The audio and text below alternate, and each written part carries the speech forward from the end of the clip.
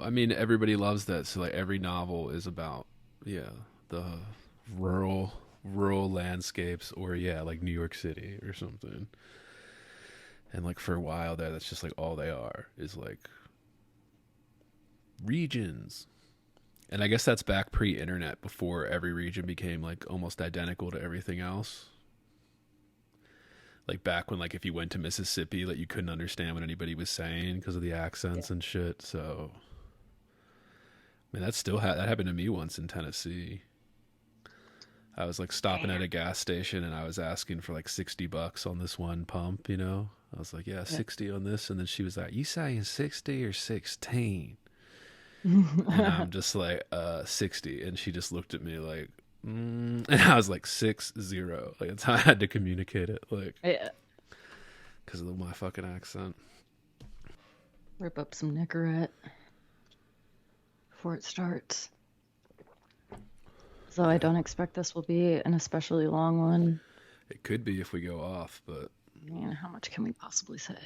I could say a lot about this I one. mean, Dude. did you listen to any of her reading? No. Or like her audiobook? Where she just reads it exactly like she sings, but she reads it like this in her little whisper voice. Yeah, I think It's that's exactly how she sounds. that's the thing, is everybody. I know there's like a fan base that really likes her, but I've never been a huge fan.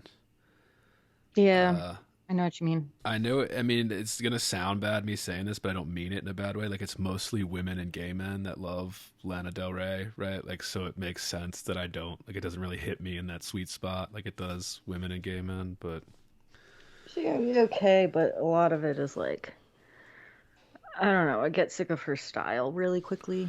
that was me, because I did listen to that one album, and I tried to go back and listen to a few of the albums before we started this, just because I'm like, I don't want to write this off and be like mean, because clearly there's a huge audience for this, but I can't do it. Yeah, like the whisper singing, the please daddy, Yeah, kind of style, I just can't deal with. not. Not for me. Yeah. Yeah. And it's kind of like that old school, like Billie Holiday style ripoff or whatever, like, but like more modern. So, and like worse, because she's just like whispering it and not actually singing like the So notes. romantic. Fuck. I find her to be kind of painfully romantic sometimes. Like sometimes it's good, sometimes it's just like, all right, too much. Yeah, and we'll get into this, and I want to get into the aesthetic and all that too. Like, just I really had a hard time with this. And like I said, listeners, I texted Sophie about this, and I was like, look, I don't want to just beat this up, because it would be so easy to just beat this up as like, look how shitty it is. I would like to try and do that, although there's going to be a lot of beating up. I would like to try and make it a little bit more constructive than just Sophie and I just being like, fuck this. Yeah, Although I we feel will kind be of doing bad. that. She does get beat up a lot, I feel like. She does. She gets attacked online, but that's just because of today's dynamics, dude. Like, if you're a famous person, the internet's going to beat you up, like, no matter what. Like, if you're just a certain level of fame, you're going to get haters all the time. It's just what it is. Because I know she gets a lot of shit, too. It's a really weird fan base. I don't know. But they're all going to hate us for this, so we're going to get some hate, too, I guess.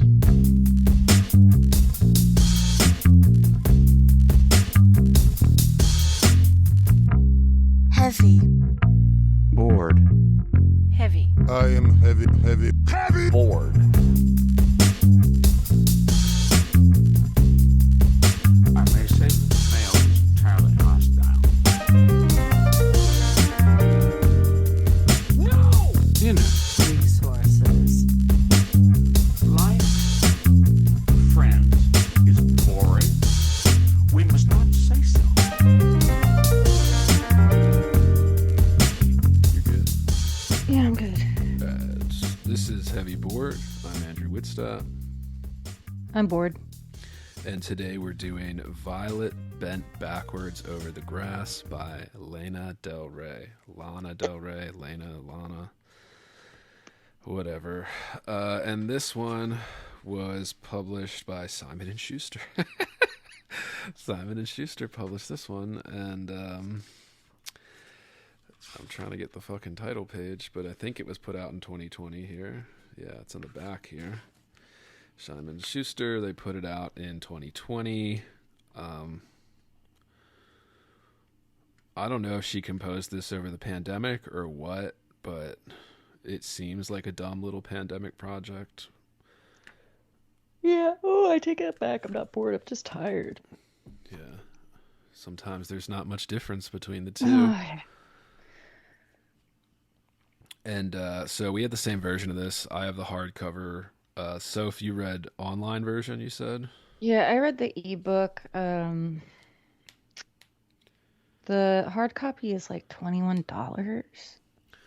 Yeah, and I paid that, unfortunately, but I looked for it used and it wasn't dropping enough for me to justify buying it. So I was like, yeah, I'm not spending that on this particular book.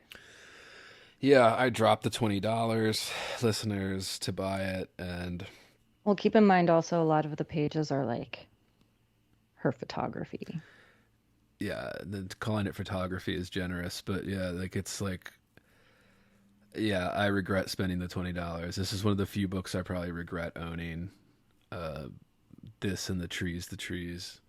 Although, yeah, well, but I'm now an owner of this, so I have the copy. We'll link it in the description as always. Ooh, before we get started, housekeeping before I forget. We are still looking for workshop horror stories. If you have a workshop horror story you want to share with us, please send that to heavyboardpodcast@gmail.com. For those that don't know, we also have a subscription plan. You can subscribe at patreon.com/heavyboard to receive full, uncensored episodes for subscribers only, bonus content, extras, all that good stuff. Check it out.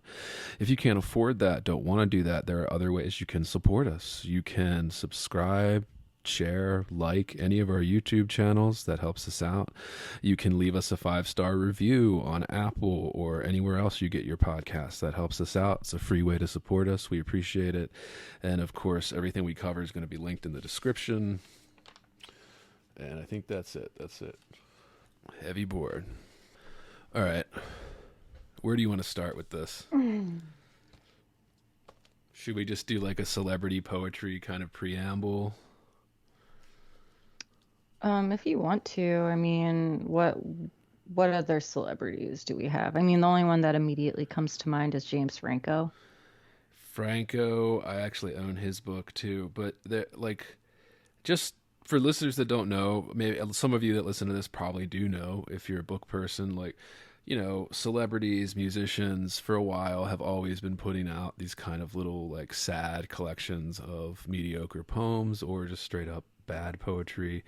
Jim Morrison might have been the most prominent, like in the 60s, right? You know, like his poetry is notoriously very kind of bad and stupid, and you know, most of that is the case for all these celebrity books. But we all know this, right? So celebrity puts out some poetry, they feel like they're in the mood, or they feel like all of a sudden that because they're a celebrity they can write poetry, and this is just the latest example. So I guess, I mean, we could have picked any celebrity poetry book, but Sophie and I wanted to do this one because it's the most recent kind of big celebrity collection that came out, and, you know, all that kind of thing. But why do celebrities think they can write poetry? I mean, I think everyone thinks that they could, right? Well, I mean, there are people who think it's like beyond them. But I think, you know, there's something about poetry that can feel like, even if it's not necessarily the most accessible from a reader perspective, it can be accessible for writing. You know, like I feel like everyone sort of can write shitty poems. Yeah, and I think it has to do with the kind of the romanticizing, particularly in the 20th century here, where we, you know, Sophie and I have railed against this often, where people are saying things like poetry is a pile of dirt, right? Poetry is like a grain of sand, or like these stupid, things that aren't describing anything, and they just kind of put it down to the lowest common denominator, and it's bad usually. Well, it's also arguably easier a lot, like to produce a lot of it takes a lot less time than to produce a lot of nonfiction or produce a lot of fiction or something else. Like, you don't have to have a complete story to write a book of poems. Yeah, and I think a lot of people, particularly celebrities or people that aren't educated in this, like freaks like we are, where we've wasted our life studying this art form nobody gives a shit about. It's I guess there's a freedom to it, and there's just kind of this misunderstanding that any collection of pretty words or philosophical phrasings are poetry, and Yeah, there's a lot of that in here. yeah, I see and it's all celebrity poetry. Like, that's a lot of celebrity poetry, is because they don't quite understand. They like it. They don't really know why they like it, kind of thing. I don't know. I don't want to get into like her headspace or anything, because that's like Yeah. I don't want to psychoanalyze. I think that's not as helpful as people claim it is. But No, I'm not gonna be a bitch about this.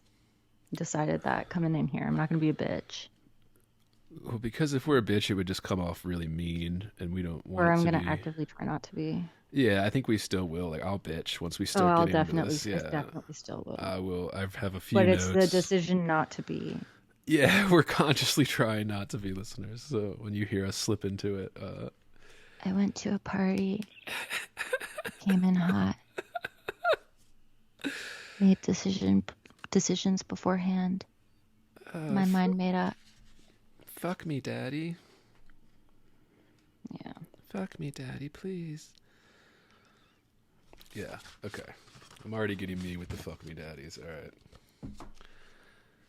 All right, so this is what it is. Listeners know this is celebrity poetry. I think this is going to be a fun time. We're going to have a fun time with this. All right, first things first. Let's dedication.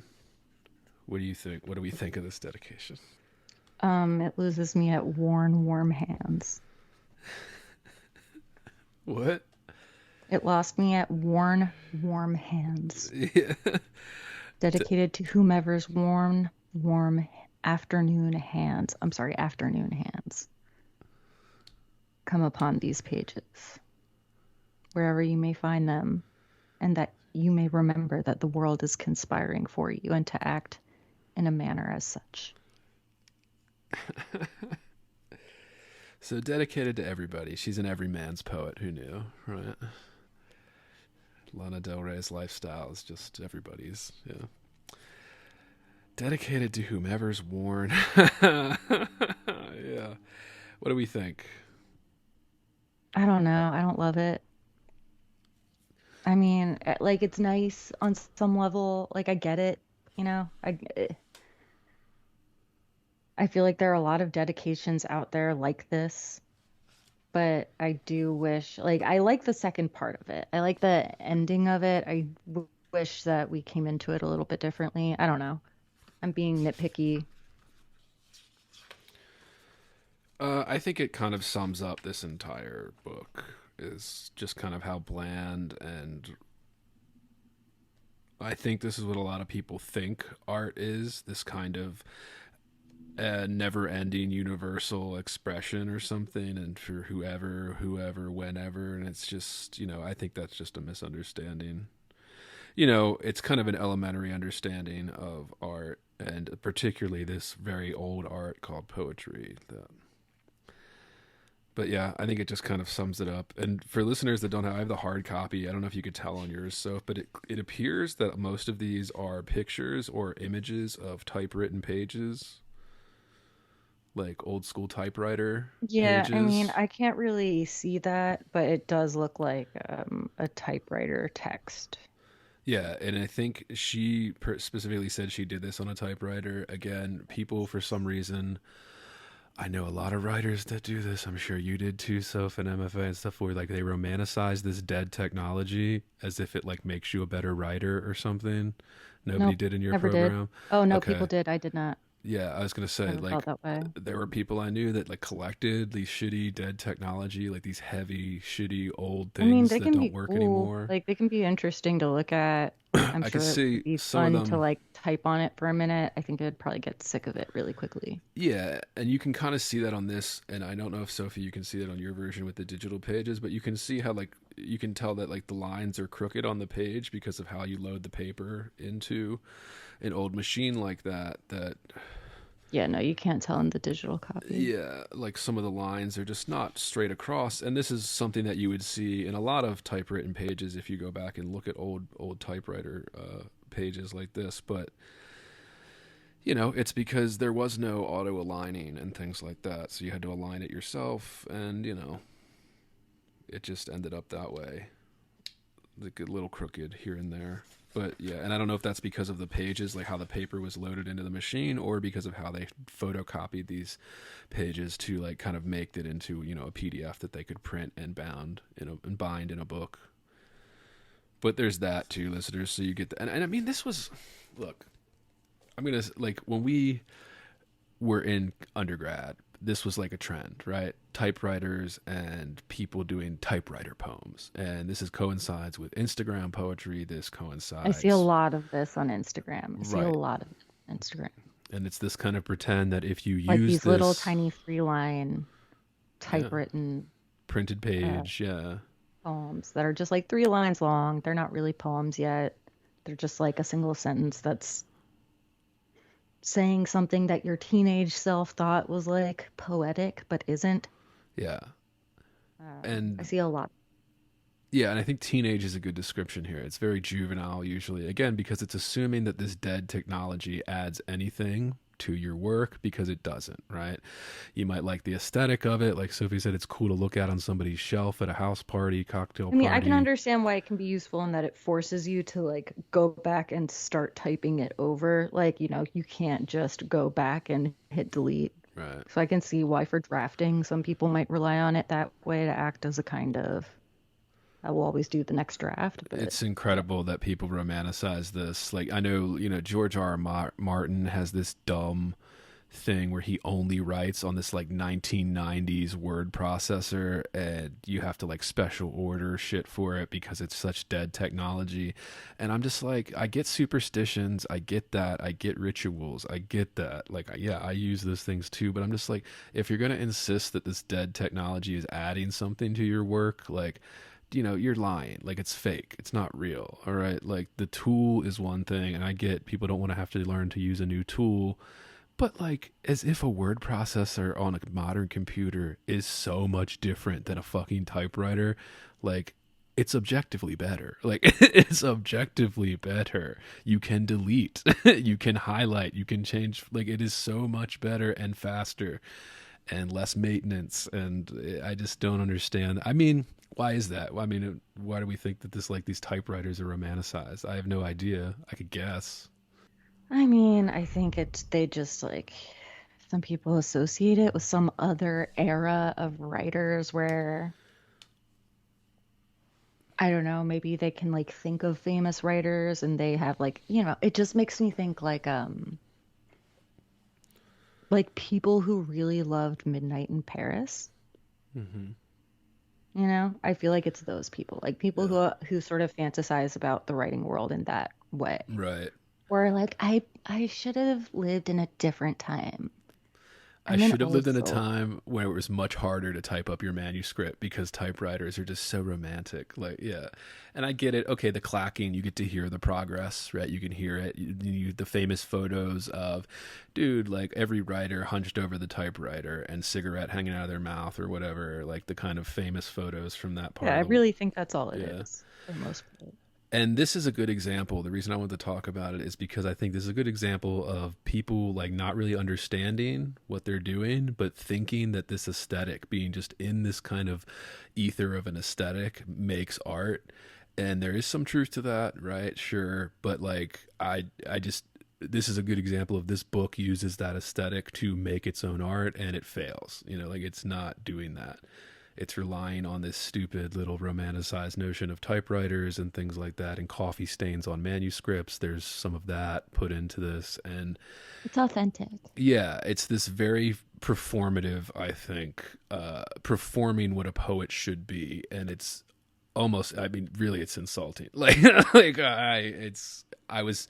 I texted Sophie about this. I was embarrassed for Lana, like reading this, like as, oh, you put this out, like you thought this was really good. Like, Dude, you know how many people probably love this? I'm sure a lot of people love this, but I can't. I'm not one of them, and I'm not somebody that could just blow smoke up it or pretend that those people that love this know what they're talking about, you know, because they don't. They love it because they love her, not because they love the art or the poetry or Or even they what's being love like said. the idea of whatever the thing she loves. Like, I don't know. I feel like she loves the idea of LA and like, I don't know. We'll get into all of that, I but don't know enough about her, and I guess fans can correct us and stuff.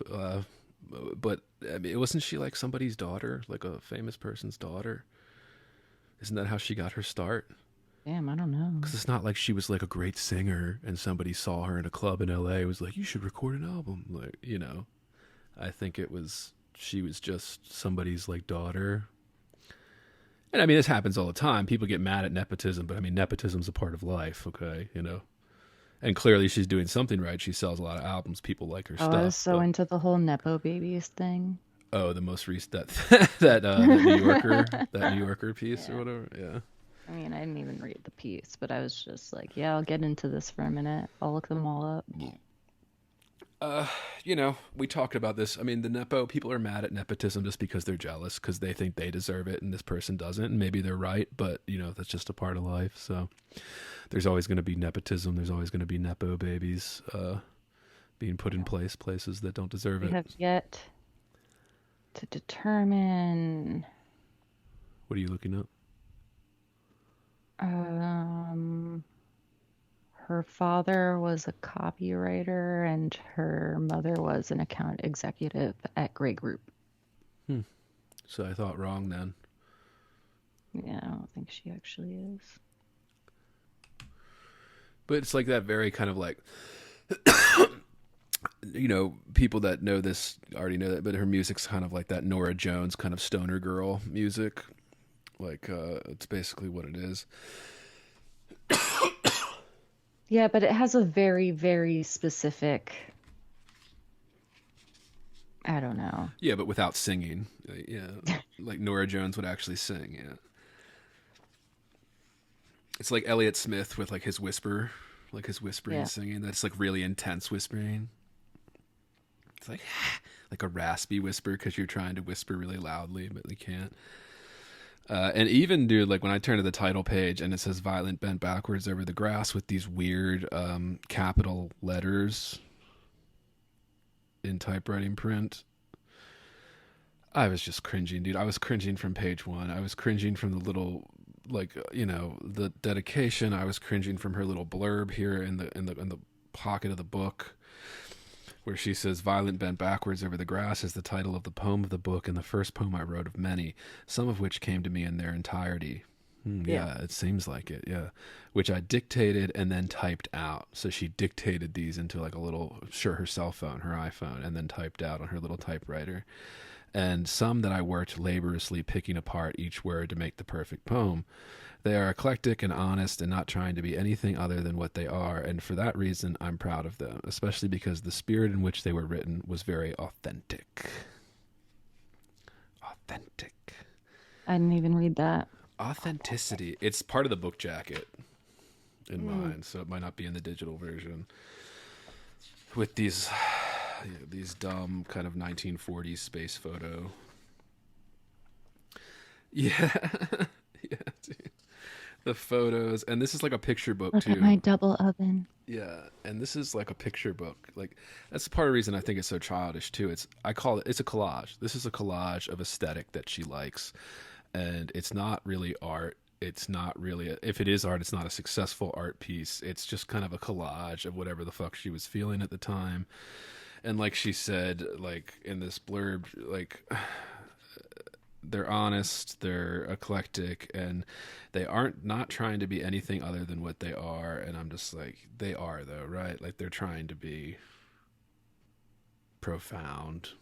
Yeah, which is what What, all you mean her poetry. 1950s to 60s Americana photographs, or are we on to her poems? Well, both, all of it.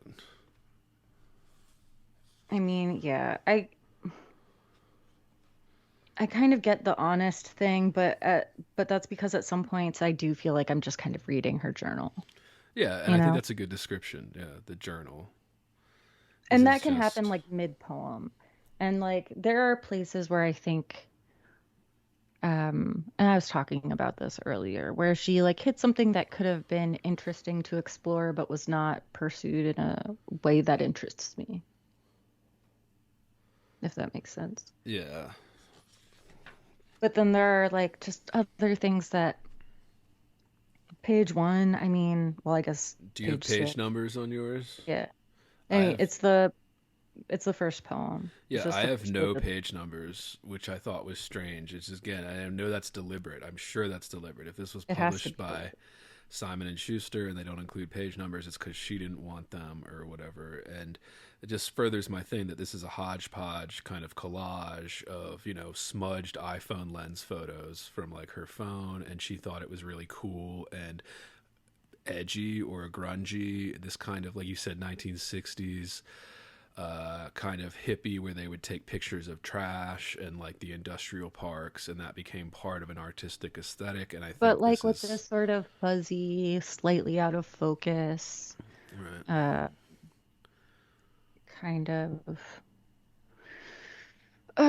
like sort of dreamy feeling to it. Like everything is like there can be a lot of neutral tones and then like pops of color, but they're all kind of blurry.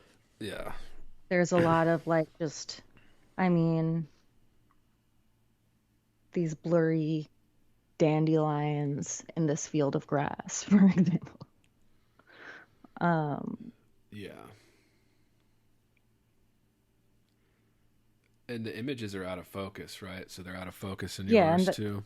yeah, I mean that's totally on purpose. It's like Yeah, this kind of smudged iPhone lens that but it's not everybody. even that. There's like an artist who like first did this, who did this by accident because he was like, you know, sent Polaroid film. Like I was talking to my friend about this. She was explaining it to me.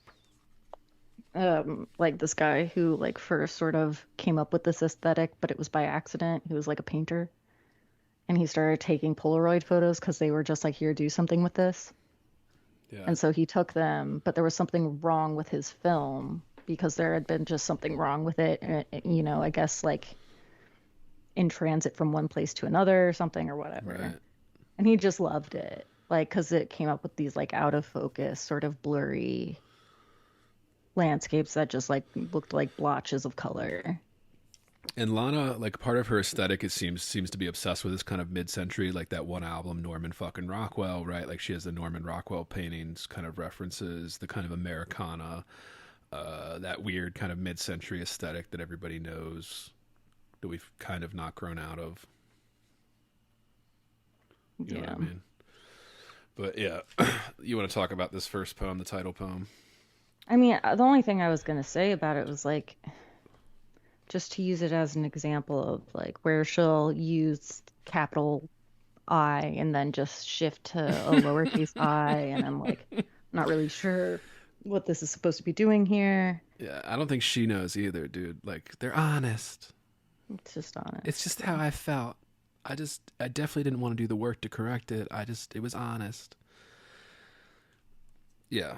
So the first one, and like Sophie said, the title poem. This is the one we kind of been teasing the whole time because it's like the one I that's went like, to a party yeah, and made decisions beforehand. My mind made up things that would make me happy to do them or not. Each option weighed quietly, a plan for each thought. But then I walked through the door past the open concept and saw Violet bent backwards over the grass. Yeah, I mean, do we need more than that? yeah. 7 years old with dandelions grasped. Tightly in her hands, blah, blah, blah, blah, blah, blah. Yeah, and we have a little bit of rhyme here. Sorry, I feel like my blah, blah, blah wasn't very nice. Dude, it is I'm sorry. okay. This is Sorry, again. Lana. I'll be a little bit of a Lana Del Rey apologist. It's elementary school metaphors. It's elementary school rhymes. It is not understanding anything about what poetry is beyond this kind of aesthetic. Like I said, this just feels like some type of like aesthetic collage that she wanted to put together. I kept texting Sophie. I was like, "This is childish. This is a 35-year-old child that thinks this is what art is, or this is what poetry is." And I couldn't not stop thinking that from this poem on. Like this first poem, I cringed, dude. Like I cringed right away, and I was just like, I texted Sophie, and I was like, Jesus, what did we do to ourselves? There's just something Like, about what did this we do? brand of like Americana and like melancholy and just romance. I don't know. It's just the blend of it that there's something about it that I don't like. It's childish. But I mean, it's Um, just ridiculous. It's vague. It's ridiculous. It's, clearly not paid attention to well, in I any just regard. hate that story. That like old Hollywood glamour girl, like melancholic glamorous like lady kind of. But I'm Like sad. taking amphetamine pills to stay thin or whatever. Yeah, like whatever. Yeah, it just screams. I mean, the whole thing just feels very 1950s in places. I see a lot of Allen Ginsberg in here. I see a lot of Sylvia Plath in here. I It's, don't know that either is done very well. I mean, it's not done well. Yeah, like Uh, dude, it's everybody, because those are the two, right? We talked about this on the Ginsberg episode. Listeners can go back there's and listen to Whitman this. here. What are the books that people read that don't know anything about poetry but like art? How by Allen Ginsberg, Plath. Those are the two, right? People get Ariel. into Plath. Yeah. So But these, specifically the two big poems, right? yeah, People like Daddy and people like Lady Lazarus. and those are what you read in, high school. Those are what you read in just a basic kind of American Western English And curriculum. those poems all fuck. They're great. And they are great, yeah. So I understand why people are attracted to them, and because of what Plath was doing, because of what Ginsberg was doing, right? They were changing the game a little bit in their books that they were putting out at that time, and it just, like Sophie said, there are direct line references to a lot of this too, and it's just, a child's understanding of it. It's somebody that read it, thought it was cool, and then thought they could do that too. Is the vibe I get. I like. Yeah, I mean, there are also just so many words in here that scream cut me. Oh, we'll get to her editing that she thought was really good because she wanted to display it on this book for everybody. But also there are moments like even in her first poem that like references Sylvia Plath, which I guess is maybe the second poem. Bare feet on linoleum. Yeah, stay Yeah, on your or do you want path. to say anything about the first poem? So it's Violet bent backwards over the grass, which Uh, we know wasn't that taken from Ginsberg? Did we? I don't know. I feel like I looked this up, but I think it was like a line taken from somewhere. Probably because it's one of the better kind of, and it's one of the alliterative lines. One of the more sound conscious lines, so it would make sense if she took it from somebody and it wasn't original, because it's actually one of the more like, pays attention to the alliteration, pays attention to the sound and the rhythm of everything and the words and how it's formed. Bare feet on linoleum with her oven. I believe these are, I don't know the brand of this oven, dude. This fucking blurry iPhone photo. But I'm pretty sure this type of oven is like a $15,000 oven. The book landed at number 4 on the New York Times bestseller list. Oh, well, I'm just, as just everybody knows, the New York Times bestseller list, or if you don't know it, is bullshit. Which is a shame because it never used to be, but it's a pay to play thing. And if you get into any of these things, if you pay the New York Times to put your book on that list, or your publisher does, because it helps sell books. So some of these books that get on the New York Times bestseller list have literally sold less than 1,000 copies, but the publisher paid for it to be on the list, so it's on the list. So is it really a bestseller? No, it's basically just kind of like, the stamp of approval from the consensus tastemakers. And of course, because she's famous, so that's why I kept asking myself, like, why did Simon and Schuster put this out? Because she's famous because enough, it would like, sell. yeah, because she's famous enough that it would sell copies, and that's really all they care about. there isn't some like group that cares about poetry. There's a few foundations like Poetry Foundation, and like even they don't even really give a shit about poetry anymore. So there's that. Did you want to talk about this bare feet on linoleum or? Yeah, but hang Yeah, on. go for it. Because I was interested in that emoji one, the next poem, with a fucking emoji Oh, in it. we'll talk about that, dude. Yeah. I think I just highlighted that and said no. Yeah. There were a lot of moments where I just said no or yes in my notes. So I kept it pretty brief. Um, yeah, I don't see any. I feel like I fucking know. Like I looked this up a long time ago.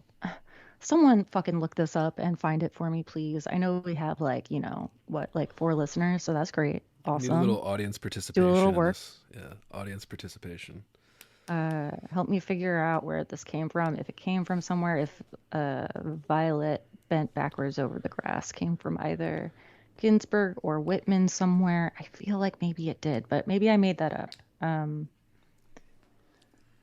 Entirely possible. Anyway, don't want to be too distracted by that. Sorry, it was pulling me out a little bit. Pull Skype back up. Yeah, so hang on, I'm back to the first poem. This is the one. Okay, this isn't the one where she ends with. The ending of this poem, she's waiting for fireworks to begin. Or, no, she's watching this little girl waiting for fireworks to begin. Or so we assume from the imagery, right? Bare feet. No, I mean in the first one. Oh, the first Just, poem. And that one ends, and in that moment, I decided to do nothing about everything forever. I feel like there are a lot of moments like this, and I would say this is something that everyone did when they started writing poems for the first time, is that you maybe had a lot more single word stanzas or lines than were needed, or there can be something kind of cringy about it, I think, having that big space between the end of that stanza to do nothing about everything, I think would have been a stronger ending in and of itself. But then to have forever Way its at the own bottom stanza. of the page. I like it. We think that, I think often we have this sense that it adds this power. And it does. It draws your eye to it. Like there's a reason why Right.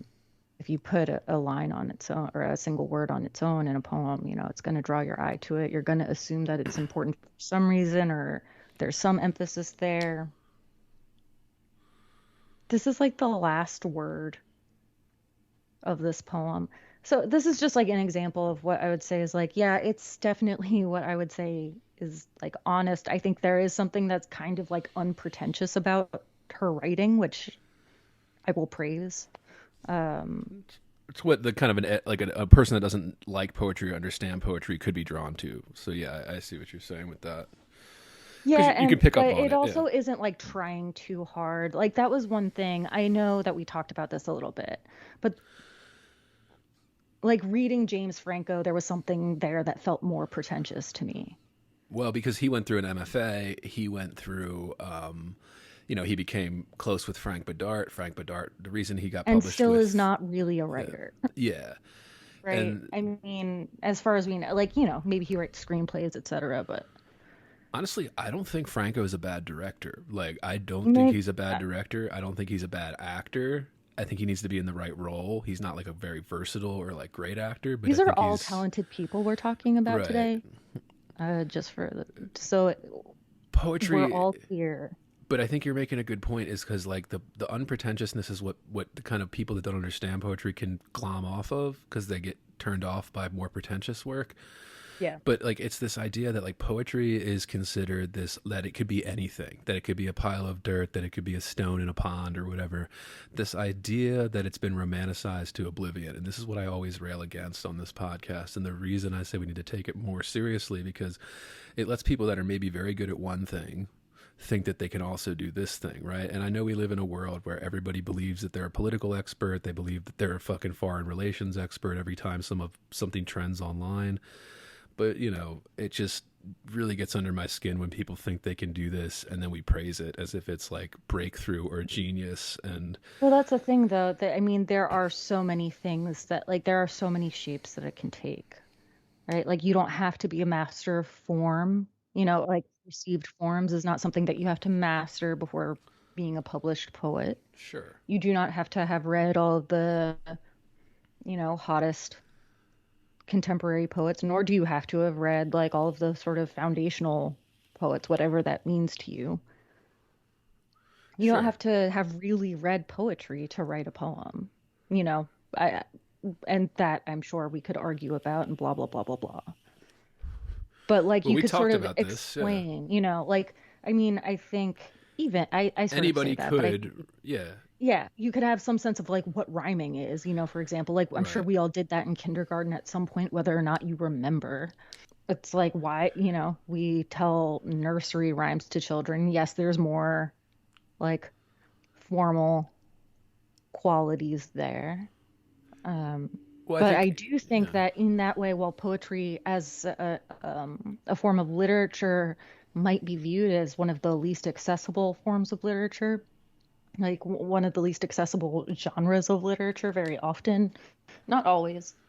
Um, I think it's also the most accessible from a writing perspective, well, it's if the that same makes sense. thing. Yeah, like we've talked about this on a couple of the craft episodes we've done. Listeners can go back and look at those, or I mean, Bloom. I think was like interested in writing poetry before I became interested in reading poetry like every other asshole.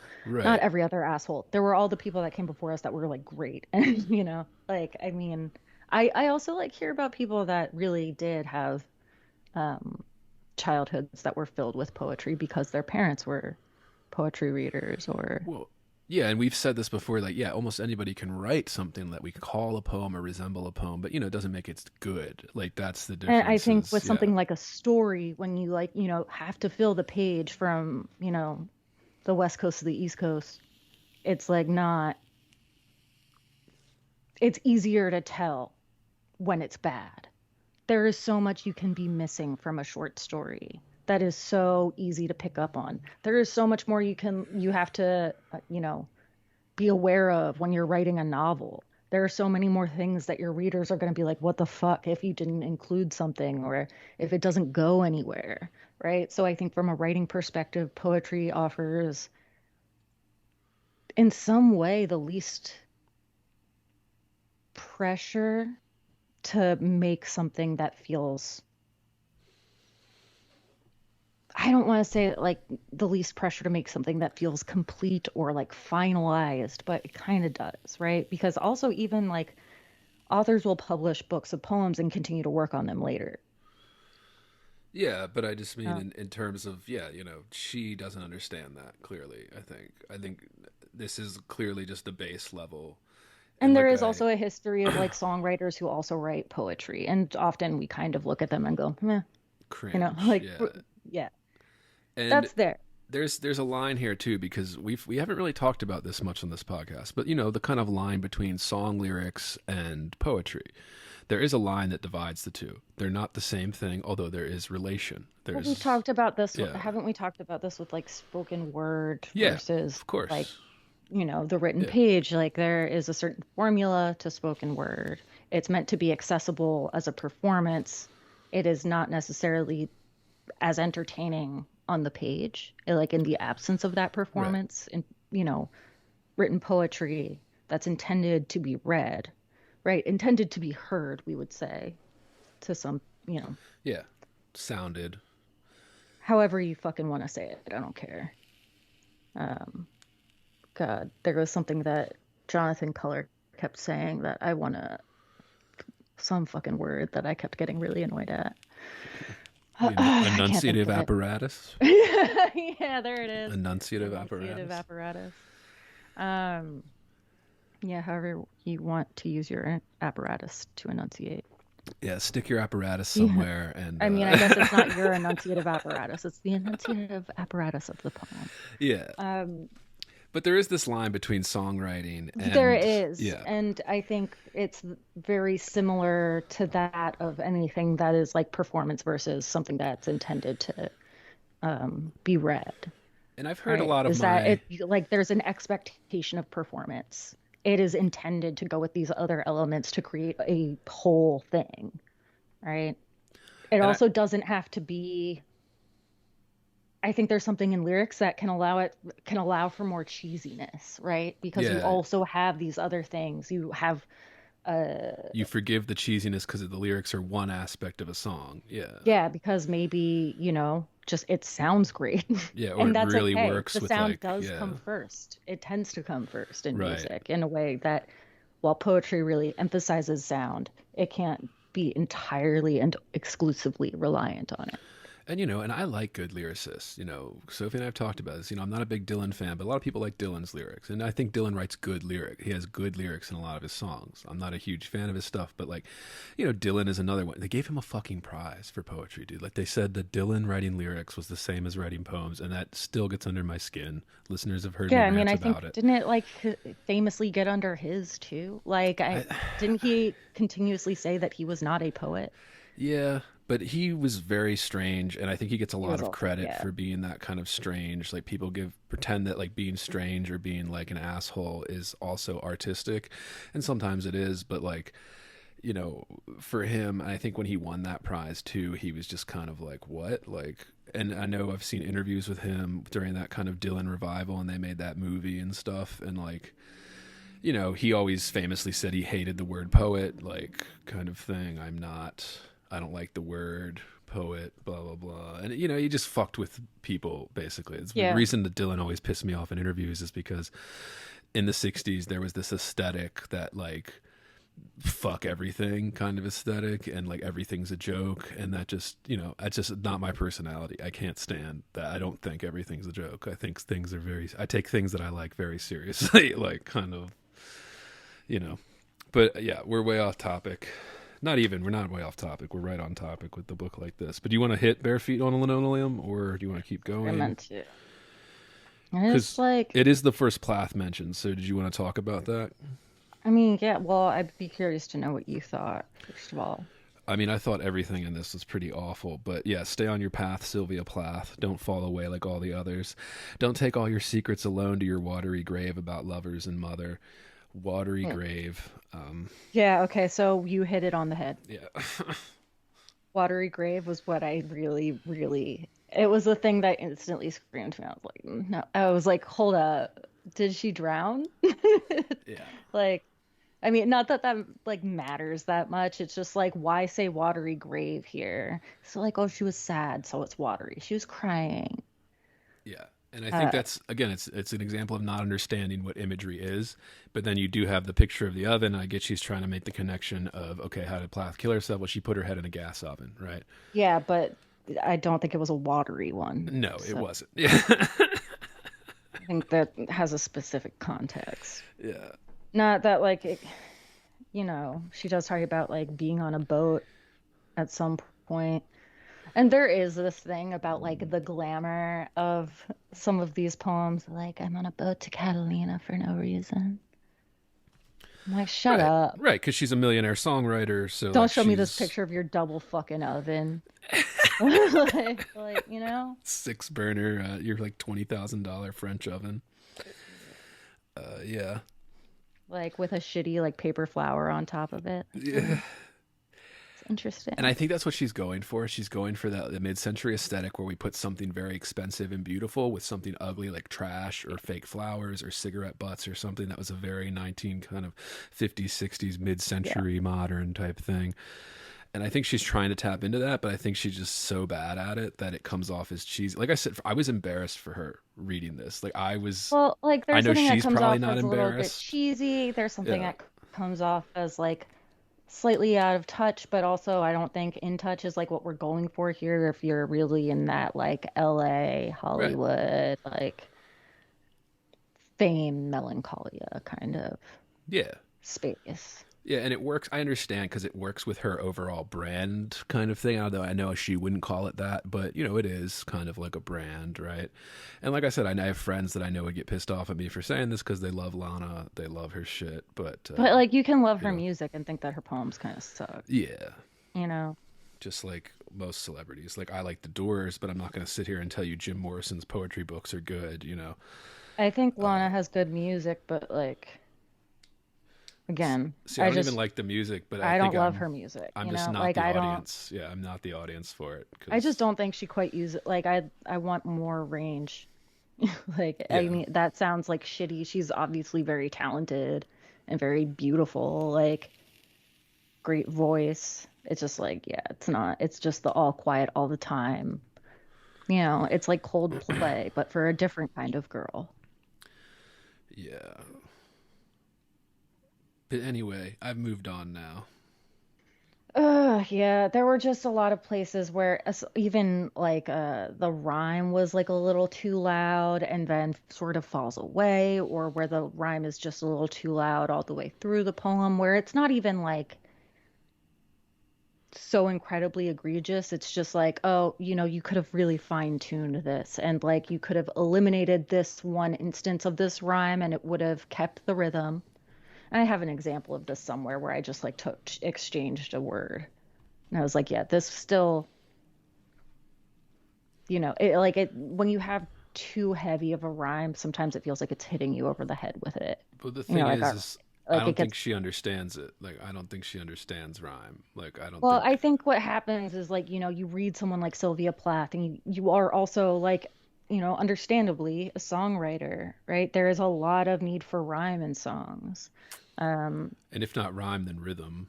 yeah, so like she has some understanding of those things. And also like if you, you know, Right. read Ariel by Sylvia Plath, you're going to, you know, be hit with the heavy, um, you know, internal rhymes and the rhythm of something like Daddy. Um, but it's just more masterfully done by Plath.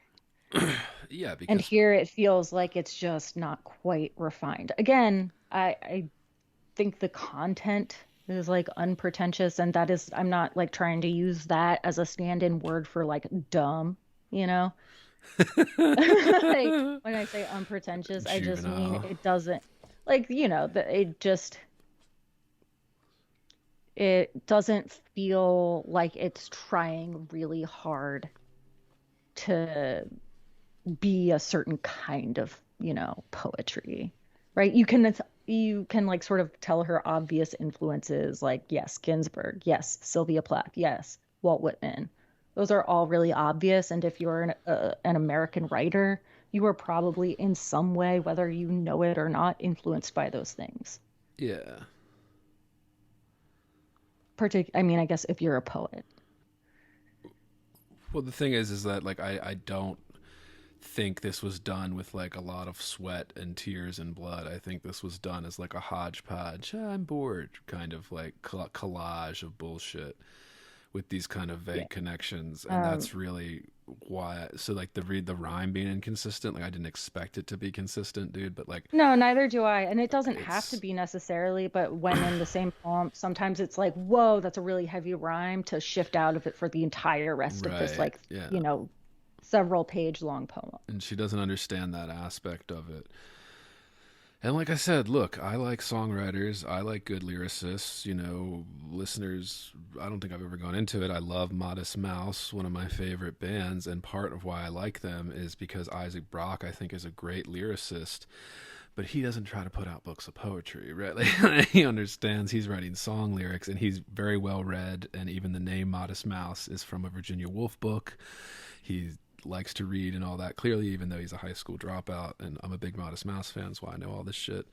But, you know, he's not trying to put out a book of poetry and claiming that it's up there with Ginsberg and Plath and all these other things. And not that she's claiming that, but, like, you know, when you're using that as, like, I can participate in this just like they did, and sure you can, but you know, most of the time, a book like this would not get published unless you were Lana Del Rey. Like, they would not get published because it's garbage. But all right, let's move on to the emoji because we've talked enough about. Yeah, I just see also references to Daddy all throughout this poem. What's her whole aesthetic, right? Like I said, like the whisper, "fuck me, daddy" kind of. There's also like I mean, but just like weird, well, not even quite like that, just like because she told the townspeople I was crazy and the lies, they started to believe them, you know. That just, you know, the villain. There's a stake in your fat black heart, and the villagers never liked you. They're dancing and stamping on you. So even just small things like that. Then, of course, after Sylvia Plath's poem, we get the of an image again. Wait, did we get that again, or was that No, just the first it's just instance? next to it. God, Each that's the poem is tough thing, yeah, dude. That's the fucking tough thing about having uh, a, an ebook version right. going back and forth. But then, there's also just that we keep getting this rhyme throughout this book that ooh, ooh, ooh, ooh. And half of those rhymes are the word you. Yeah, or the letter U, like she's Letter texting. you interchangeably. Yeah. Or maybe that's just this poem and I've read it too many. No, it's all of them, dude. It's all over this book. Okay. Yeah. It's Like like I she know starts off I think writing I out. only read a couple Yeah. poems twice here. Starts off using the word you and then just starts switching over to the letter U like she's texting on her phone. And of course, yeah, My life is sweet like lemonade. because she's not a writer. So Now there's no that's bitter fruit. emoji, watermelon emoji, eternal sunshine of the spotless mind, no thought of you. Yeah, we have you, room, choose, noon, you, Bellevue, Xanadu, through, Malibu, do, choose.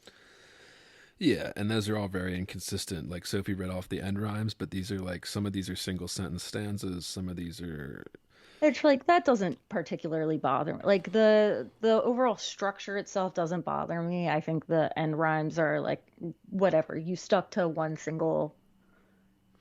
It's like uncomplicated. You went with the ooh sound. It's very much like, especially right after a poem that references Sylvia Plath and has some seemingly reference to Daddy to me. I mean, I would guess, right. or she maybe had it in mind. Well, Um, again, this idea of the emoji though, this fruit emoji is what really glares at me from the It page here. stands out. Well, it's right in the middle of the first page of the poem, right? It's called And What Happened When I Left You. it's like I've seen people try to use emojis in writing, and my thing with using emojis is okay, because they do represent things. I'm not a fan of them. I don't want to use them in writing, but I don't even use them in texting. So if you can tell people, like, I don't use emojis, like, I fucking hate them. And like, this though is like, if you're gonna put an emoji in a poem, I want it to be doing something. And this one is just like, I'm sending a text message. Here's a little fruit after the word fruit. And it's just Yeah. like it's not adding anything to the poem. And this is just one example of Well, almost also, every it's like how you read it. If I'm reading this poem aloud, I mean, and like maybe we don't, I mean, you don't always like think about this, right? Because you're probably reading poems and maybe you're reading them out loud to yourself. But like you're not standing in front of a class reading them like we were, back in the day in like a workshop class or even just like a poetry class. You get to this line. Do you say, now there's no bitter fruit, watermelon emoji? right. Do you say watermelon? Do you skip over it entirely? I'm not sure. Which is again, And it's just like a these minor, like, it's something that you just have to think about, I think. But maybe is also one of those things that we really heavily emphasize in the workshop, but only actually matters if you're routinely giving readings. well, I just the fact that it's not doing anything there besides for clearly personal aesthetic choice, which is just a Or text just be like, oh, it's a message. fruit. Yeah, it's a text I said message. fruit and I'm including Yeah. fruit here.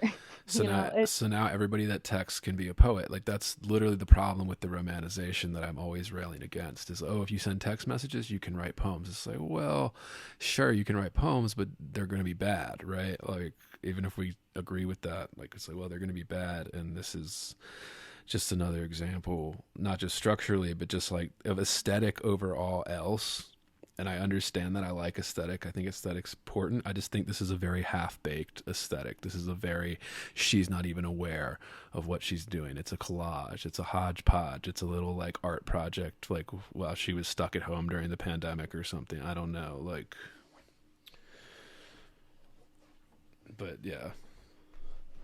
Do you want to hit the LA one, which is the most Ginsberg ripoff one, or? Yeah, I fucking really did not like this. Yeah. And it's I very really, this is long. the one that I really extra, other than the haikus, which are extra not good. Yeah, yeah. This was like this one, I mean, it just kept going, and it wasn't like, It's a copy of America and like a combination of Hal, both yeah. Ginsberg poems, and And that happens again elsewhere in this collection, where she writes another poem that feels very much like America. we talked Uh, about this on our Ginsberg episode just because of how influential Ginsberg is. So it's one of the first books that a lot of people read if they're interested in poetry and stuff like well, and there are that. a select few poems from that book too. Yeah, and it's just you want to copy it because it is like we talked about this on our Ginsberg episode. When you read through that book, it is so energetic and like full of life that you feel inspired after reading it, like your adrenaline spikes. And I just think that's what she's trying to copy here, but she doesn't actually understand how Ginsberg achieves that in this. Like, so she just overwrites it and keeps. And I mean, she's not a poet, right? I'm not going to be like, oh, she should know better. Like I said, she can do whatever she wants. I'm just embarrassed for her that she thinks this is serious art, and people that think it's serious art. It makes me sad. It makes me kind of like, yeah, poetry really is dead, isn't it? Of course it is. Yeah, I just felt like the title was kind of blah, which, like, no big deal, whatever.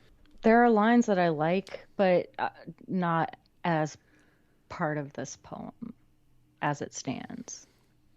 Yeah. Like, I think I'm from nowhere, who am I to dream is like, could be a line. It's okay.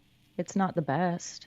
But in a poem that wants to use these like long listy lines like that, and to have like kind of a short assertion like that, or a short question like that, without that punctuation Yeah. too, which we haven't really mentioned, There but is no punctuation. The punctuation is so there is sparse. some, yeah, it's Yeah. very sparse. And then she It's throws in present these. when she wants to use an explanation, or an exclamation point, or if she like, there are the occasional periods after a long, like the first stanza is punctuated just once at the very end.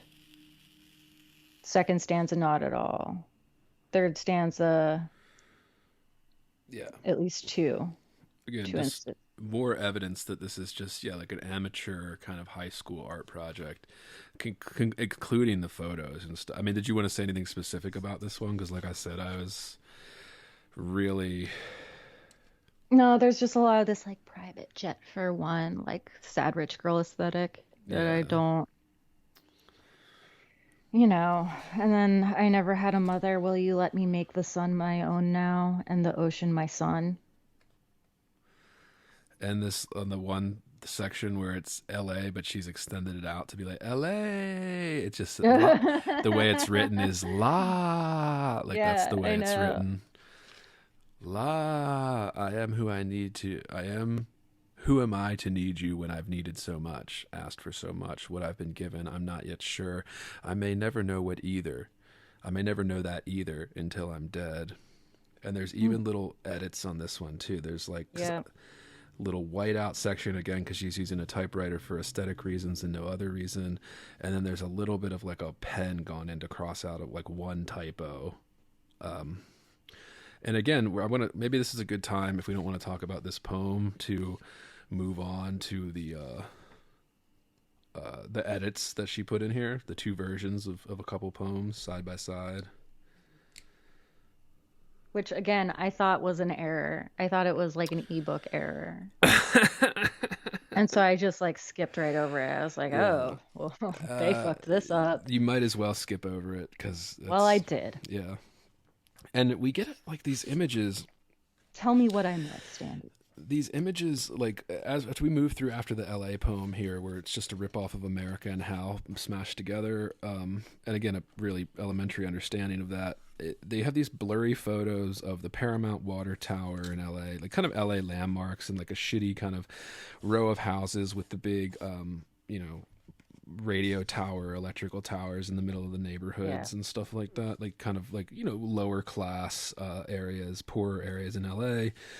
And that other one, that's just an intersection, like a sparse, very ugly intersection. Do you also have text that appears in like blue and stuff? Yes, but in my Gotcha. version, it's copies. Like it's literally like a handwritten colored pencil is what it looks like. Oh, it's not in So mine. that one that says, "I measure time by the days I've spent away from you." That thought occurred to me as I watched the sky go dark from blue, and blue is written in blue ink.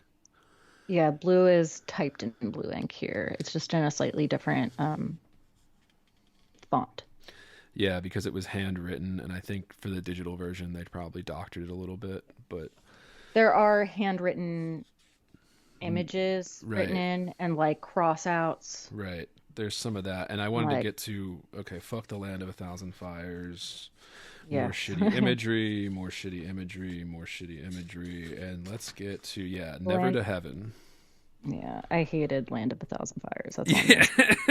yeah, dude, I hated this book. I mean, quite frankly. Although I want to put, I know I already said this to you. I want to throw out there that like listening to it as an audiobook, because I read it, right? At some point I was like, I need to put this down, but I need to keep reading. So I found a copy of the audiobook. It was a lot easier to tolerate. Like I hated it a lot less. But Yeah, it's because I think it works better as a piece of performance. Again, like it maybe not for me, but I can see this having been for me when I was like 18, yeah, that's the thing. I could see a young person who, again, is right?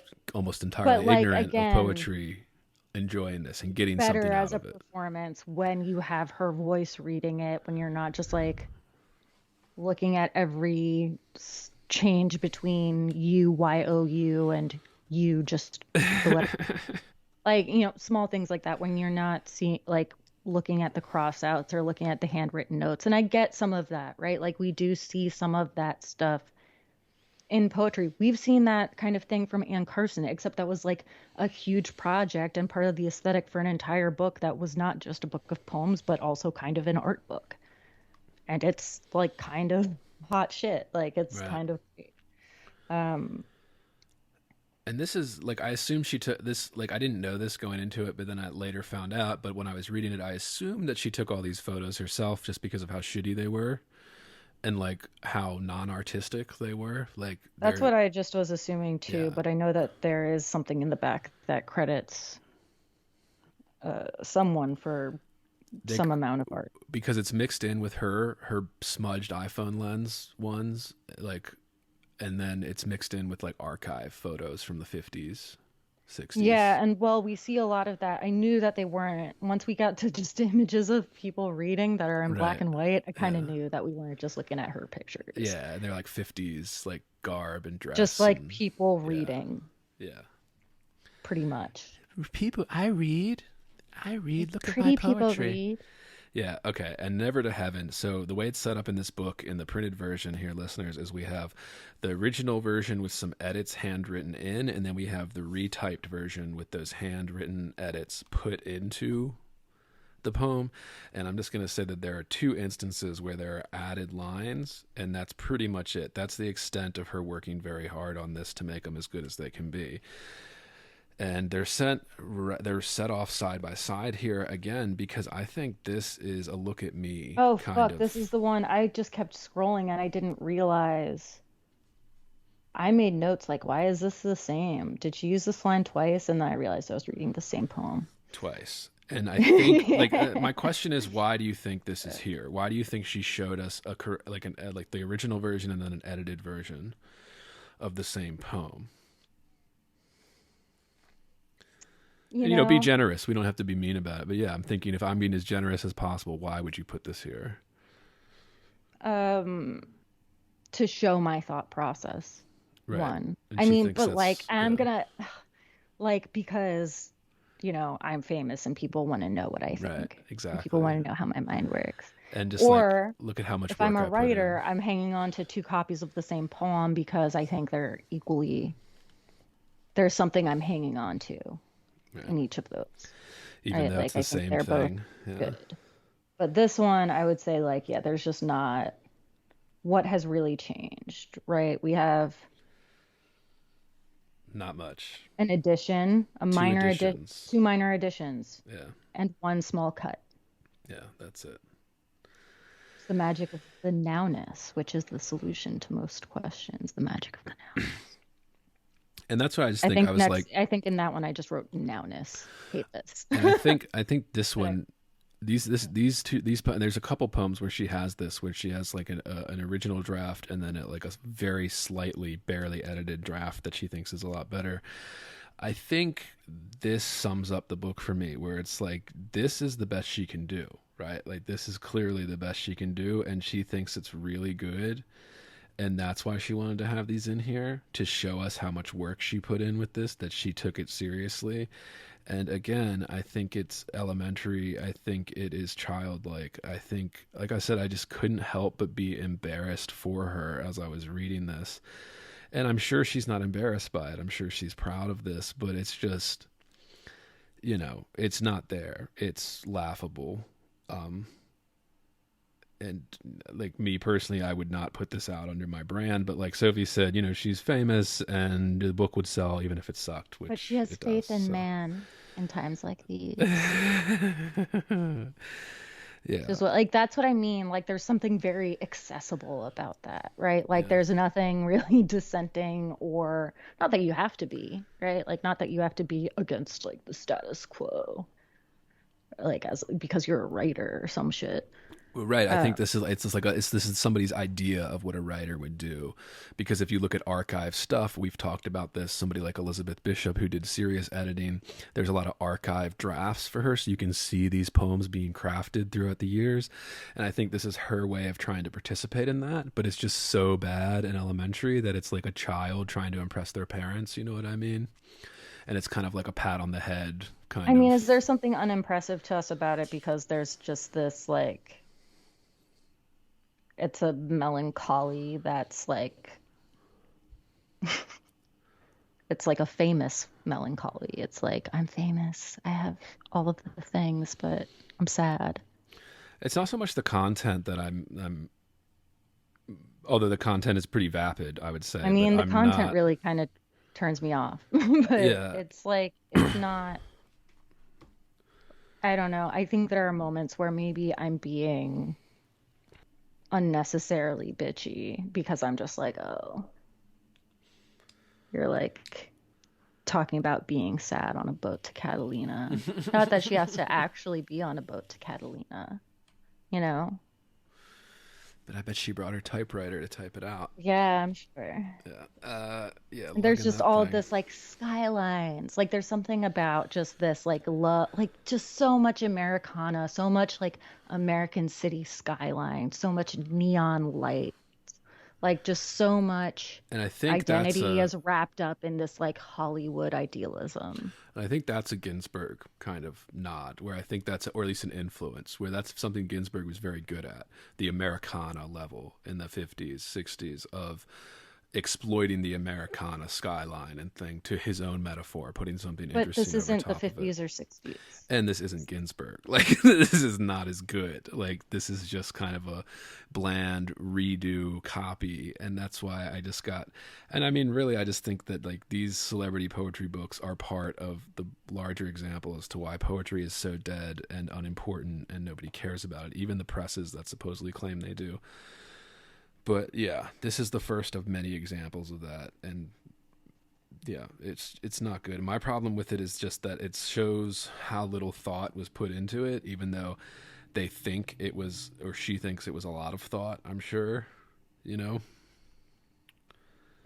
Yeah, I mean, just these images that are like, look at this van and this palm tree and this sunset all in one image. Yeah. It's just so painfully California, you know? Yeah. And not in a good way.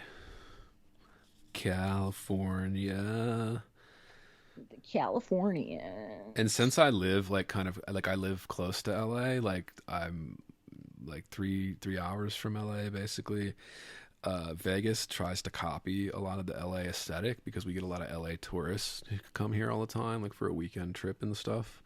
And like, so the palm trees next to industrial parks and stuff, like I get that. Like that's a very Southwest kind of West Coast look with the palm trees next to like an industrial park or like this crane or the shitty work van and, whatever. But, So I get what she's trying to go for. Like that's a real aesthetic and vibe. Like Sophie said, it's like kind of that California vibe. But yeah, like I said, I was just mostly embarrassed for her. And there are moments of what I would say like allusion. Sophie said to certain things. There's the one to Robert Frost in that "Past the Bushes, Cypress Thriving." Which I would say is her best title. Yeah, and that just says farther down the Also, road. maybe one of her best lines. Yeah, farther down the road, less traveled is. Yeah, which I don't know why. Why? Like, why is that? I'm not sure I understand that there. My guess is because, again, she doesn't know what she's doing, and The Road Less Traveled is a very famous poem you read in high school, middle school, and she thinks that just putting this line in there gives it credibility because she doesn't I just don't know what understand. she like thinks it means. Well, A lot of Jim Morrison. yeah. Which I'm just like, how do you get to a certain age and still It's like be obsessed with Jim Morrison? that, and I just think it's these types of different illusions that we see Am I in just an here. idiot? It's it struck me as desperate. It's a desperate illusion. It's desperate to try and be engaging It with the doesn't market. even feel desperate to me. It just feels kind of juvenile. What's what I mean? It's juvenile, childlike, desperate to get in there with the Ginsbergs and the Plaths of the world, be considered among their ranks. But it's just childlike and juvenile and desperate attempt to do it. At least that's how Well, I there are interpreted it. actually moments that like she expresses almost what feels like a desperation. And there's another poem that I want to talk about. There may be a couple other poems I want to talk about before we get to it, but if I can find it, where she starts writing about how she writes and Yeah. why she writes. Is that one of the ones that's She talks about being a poet and says like the more I focus on my poetry and but there's one where she keeps saying, but I am a real poet, right?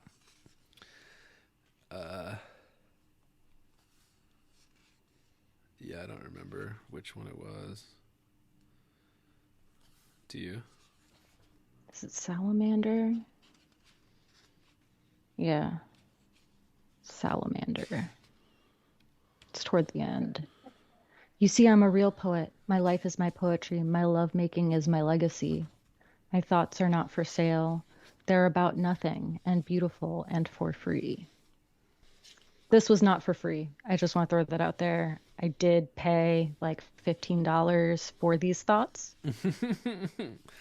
Which I can't even fucking find this one. Oh, here it is. Okay. No page numbers. This is why no page numbers is a fucking pain in Yeah, the ass. but yeah, dude, should have gotten the ebook. The lines I just read were on page 114 for me. My life is my poetry. My lovemaking is my legacy. My thoughts are Yeah, not for this one sale. had a lot Yeah. of moments that reminded me of America. Yeah. I don't want to sell my stories anymore. Stop pushing me. All is one sentence that is punctuated. You know, like that feels very in that vein to me. It does feel very America to me.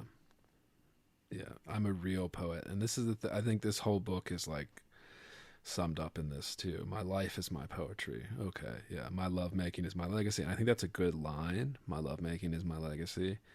And again, this is something that I think could be in like one of her songs, like Yeah, that there's little a bit. lot of that. There's a lot of that though. And there are moments where it does begin to feel a bit more songish to me. I saw a lot of that throughout here. Well, I imagine, and Where I I'm was just like, this guessing. feels like it would make a good song, but maybe not a great poem. Then there's the poem earlier on where she keeps doing a variation on, the more I step into my poetry, the less I will fall into you. And she keeps doing a variation on that over and over. The more I Yeah. step into becoming a poet, the less I will fall into being with you. The more I step into my poetry, the less I will fall into being with you. The more I step into my poetry, the less I will fall into being with you. Like there is a desperation. And I think that's intentional, at least in these moments. I don't, I mean, I think there is like a desperate quality to everything Yeah. Lana Del Rey does. And I But think it's a deeper desperation than just like I want to be loved, which is all over this book, right? I think it's a desperation to be in the ranks of great artists. That's what it struck me as, especially with these shitty kind of collage of like these smudged iPhone lens photos of abandoned streets in the desert of Southern California. It's I just, I think it's a desperate book. yeah, because captains aren't like poets. They don't make metaphors between sea and sky. And some of these are supposed to be like the photos are supposed to be paired up with some of these poems, and that one ringtone, the image with the actual book, the paperback of Hal in it, and like her pills and shit, and her sage all over her Yeah, that's later on, isn't it? yeah. Well, it's before the salamander poem, but I was just like, yeah, like this is so try hard. I put my third phone in the waistband of my leggings. Yeah, Only like, you have this number. and this little thing of pills laid out, this thing of sage, this thing of, it looks like weed almost in this one little container, and then there's like all her kind of beauty Yeah, that's what I thought products, too. lotions, and then there's like a cluttered dresser almost look, and then like a copy of Hal like tucked carelessly in there. And I just thought it was so try hard. I was like, this is so desperate. This is so I'm an artist. Look at me. This is Kind so of. Instagram. Yes, Instagram. And again, Instagram breeds desperation in people probably, but yeah. I It's very just photo class. It's very yeah, and like still high life. school photo class Very or my first still life. yeah. And it really clashes when you see the aesthetic of like the 1950s photos of these people reading newspapers and physical books, something people don't do anymore. It really doesn't fit. These kind of like classic mid-century photos don't really fit with what she's trying to do here. Again, I just think it's a lack of vision. It's a lack of aesthetic. It's a lack of. I mean, I think there is very much an aesthetic, and I think maybe that's some of the problem. Well, if I guess you say it's only aesthetic, I because mean, that to was some be degree, my it feels like very aesthetic driven, which isn't like necessarily wrong. right. Like you can be driven by that, but it's just like it feels like it's that on every level and it's too much. It's also it just lacks something that like the part of the reason why it works better, I think, as performance than as a book, is because when you're reading poems, like often you're looking for there to be like depth, Right. right? And there is, that's not to say this is entirely without that. It's like there, but there is a lot in here that I think it honestly just sounds better with her reading it. Right. It like in a way that I don't think anyone can really recreate reading it on their own. I think she has very much her own voice in mind. I don't get the sense that there is a speaker that is not Lana. If I Well, mean, yeah. and that is a thing that I think maybe distinguishes it from other poetry. Like, and I think that's also something that you do when you're like a new poet, right? Like, you don't have a distinction between who you are and who is the speaker of the poem always, unless Yeah. you're like writing something that's sort of in a fictional voice. But often I don't think that's like where you start, right? Like, you start with the thing that's the most autobiographical. At least now we do. I don't, that was not always the case. And as it starts to get to this section where she starts to do these little haikus and things. Oh, don't even. Like, can we just forget they happened? I feel like I'm Well, gonna be so mean. well, the one that's like, my life is my poetry, my lovemaking is my legacy. 2 pages after that, the same line is in a different poem. Yeah. Or no, it's actually just a smaller part of of the same poem, and it's published as if it's different, or I don't know. says, "I love you, but you don't understand me. You see, I'm a real poet. My life is my poetry. My lovemaking is my legacy."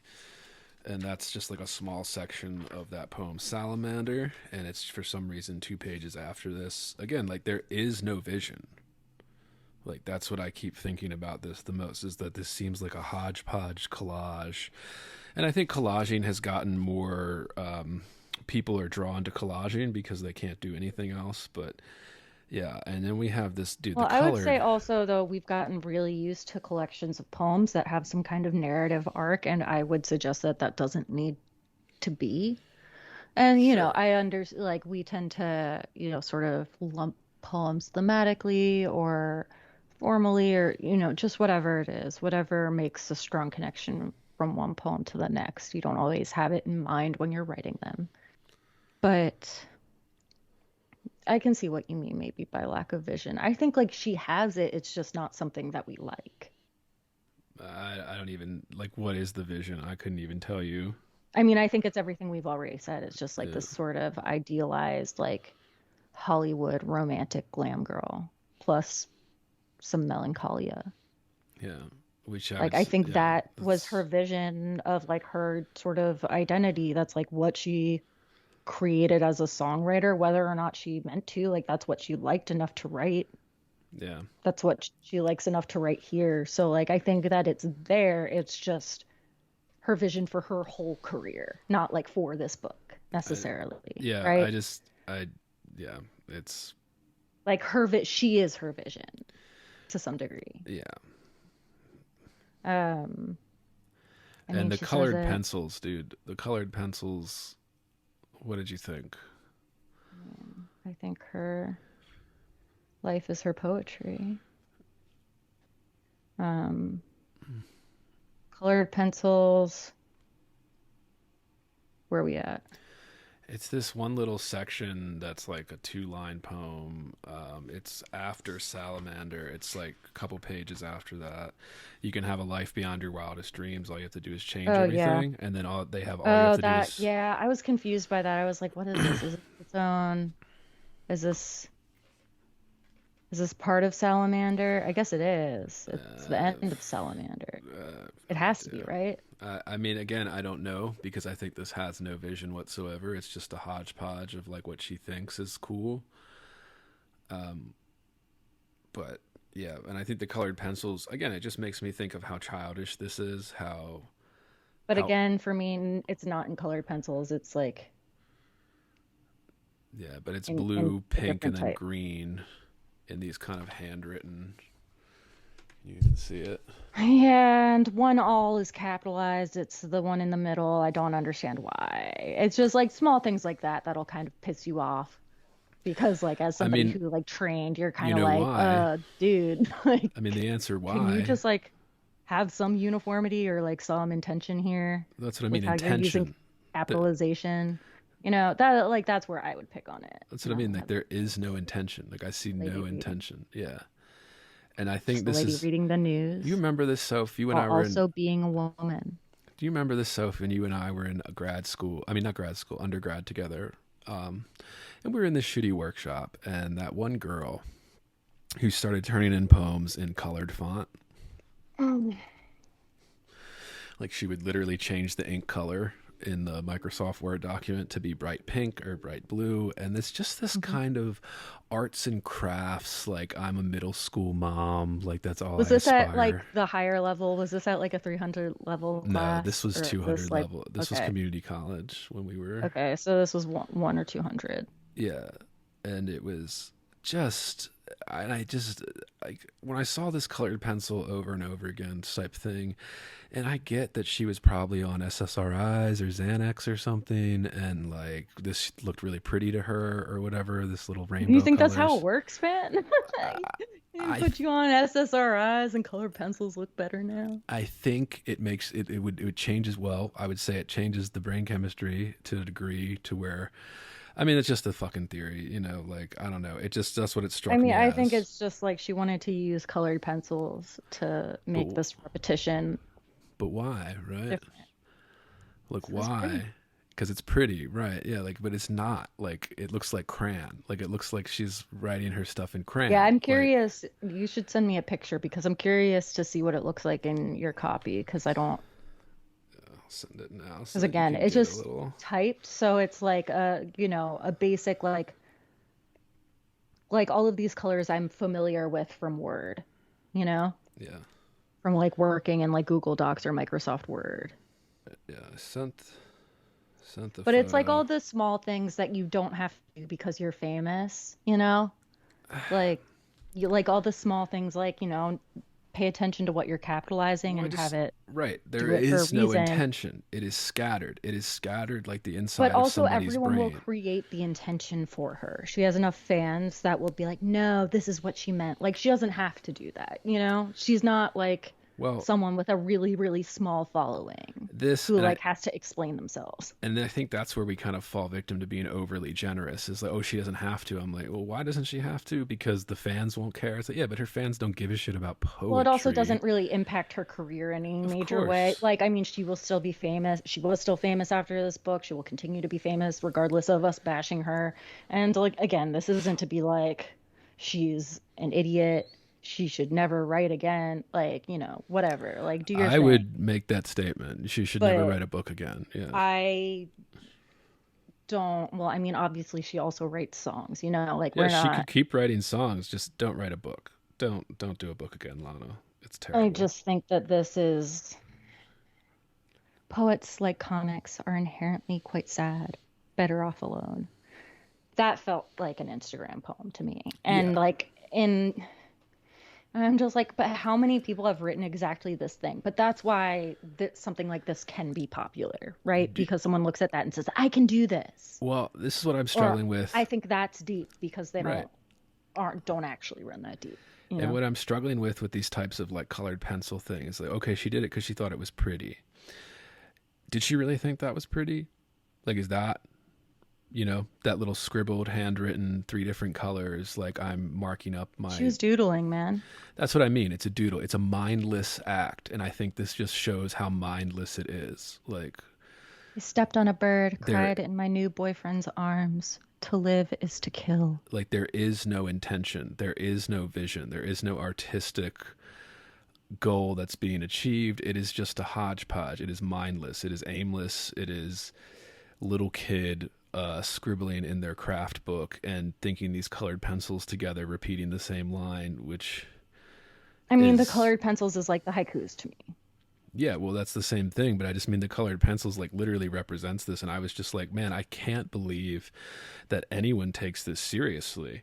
And I get, sure, her fans are going to take it seriously, sure, but I just mean like, Right, but serious readers don't. yeah, I mean, I was embarrassed for her reading this. Like, I was like, you're making yourself look bad, like somebody who has no idea what they're doing. And I think that's just really what drove me crazy about this entire book was I was like, you don't know what you're doing. She does, but again, let's remind ourselves that like most of the world isn't reading poetry. Like it's Sure. not exactly the most popular. So Well, it's like, yeah, to the world that isn't reading poems, I can see them picking this up and being like, wow, yeah, that's meaningful. yeah. And this is essentially, I mean, this line, all you have to do is change everything. I mean, this is a Pink song. This is Pink's first big hit, Don't Let Me Get Me. Like, that's what it is. It was a banger. Yeah, that is a banger. I like Pink, but it's just like, Yeah, it was a good album. they told me you'll be a pop star. All you have to do is Can't change take me everything home. you are. Yeah. Like that's the line from the Don't Let Me Get Me song. And like this is the same thing, right? All you have to do is change everything. And it's like, I don't know, not only is it a stale sentiment, I just think it, like I said, it just adds to my, Maybe that's what a lot of it is. It's a little bit stale. well, it is. And that's what I I mean. mean, It's in combination with the sort of craft related issues, but yeah, I think a lot of it does feel stale. A lot of the sentiment does feel kind of stale. and I think the reason I keep saying collage and hodgepodge is because it is just kind of this random kind of, the best I can figure it is this kind of assortment of random ideas that are all pretty stale at this point, considering how fast the world moves. So these would have been really cool aesthetics, 2006, 2007, and then That and just black and white images of like people reading yeah, during from that like time period. the 50s, yeah, and it's Or like like this image of California, I'm assuming, where we have a liquor sign yeah, and you see because the like kind of 19 and in a photo class for the first time. right, yeah, and I kept thinking of like That's very much how it feels. what, yeah, this whole book felt Really not like even like I mean it feels very high school photo dude, class. that's exactly it. This whole book felt like I was walking in the halls of a high school and seeing the artwork pinned to the sides of the walls from like the art department or whatever. And that's what it felt like reading this. And that's why I kept saying juvenile, childlike, like Yeah, I mean this is listen an to it. For years I embarrassment. begged you to just take me in your arms. You wouldn't. Couldn't. I mean, like when you like I know I've been jokingly reading each of these in like the Lana Del Rey voice, but that's the only way they're good to me. Like I said, I liked I didn't love it, but it was a lot less grating to me to hear her read them and like the voice that she clear like I think she intends it to be read with. Because when I read this like out loud, it has nothing going for it really, with the exception of a few lines here and there. That was maybe a bit mean. But, you know, I stepped on a bird, cried in my new boyfriend's arms. To live is to kill.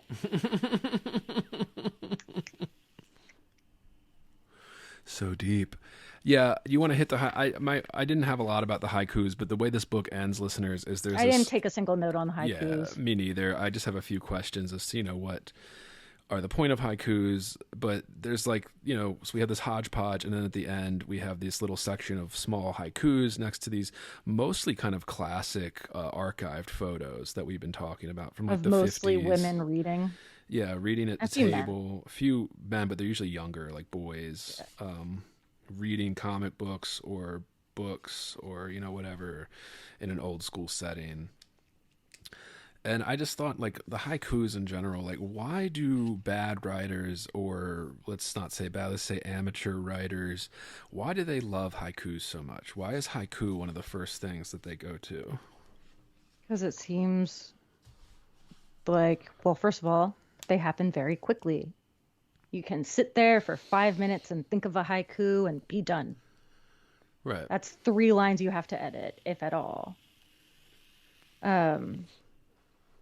All you're doing is counting syllables. And of course, haikus are usually I about mean, it's nature. not. They don't Yeah, have to they're be. also usually, isn't there like, they're usually pretty image focused, right? Well, you'd Like, have to be with that small of a space. So it's a very restrictive space, which I think a lot of yeah. amateurs don't understand how They restrictive don't haikus understand. Well, and they Yeah. don't always use the sort of, I think the reason why the image thing is important is because that's the only way I've ever seen a haiku be interesting, right? Well, that's the Because challenge of it. otherwise Yeah. you're just like, because think about it, like in 3 lines, that can only be a certain length, right? Right. Was it 575, right? Yeah. Traditionally. Yeah. You know, you can run into that problem where you have not written enough to be a poem, but you are also limited to this space. And all you've said is like, sort of a basic statement, like there's nothing really in it that defines it as a poem except for the fact that it happens to be the right number of syllables and broken into lines. It doesn't sound nice. Yeah. It doesn't provide you with any kind of image except for I stepped on a bird. And again, I don't think traditionally that's where haikus would go, for an image of a dead bird. Like it would Right. be more, it would be less about the action of like narrating I stepped on a bird, like Yeah. I think, and just showing the image of the bird and creating a contrast between things in those 3 lines. Well, that's the thing is I think Or creating a mood instead of being like I stepped on a bird and I cried in my boyfriend's arms. To live is to kill. Like this is that just feels, I don't know, that feels very teenager to me. it is. Yeah. And I think that's the mistake. People confuse haikus because they're small with easy. The Or shorter the poem, I mean, like it yeah, goes both ways. The shorter the poem, the harder it is. The longer the poem, the harder it is. There is like this middle ground, sweet spot right. that I think we tend to write to. Like a lot of contemporary poets will sort of write to a certain length a little bit. And I think a lot of these strike me as, yeah, maybe, cast off lyrics, things that came to her or something and she wrote it down that she would, I assume she wrote this like she writes lyrics to her songs. So she does a combination of writing a note on a nightstand, writing a note in her notes app or something when she thinks of something and then puts it into a song. I mean, a lot of songwriters do that, right? A lot of writers do this to write.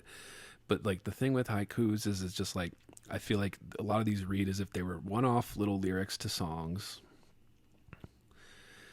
Yeah, and Jasmine in the air, the burden of fame is real. Never felt so clear. and she might have manipulated them to hit the syllable count and then put them in here. But that's the thing, is that they composed as haikus, it doesn't strike me as they were.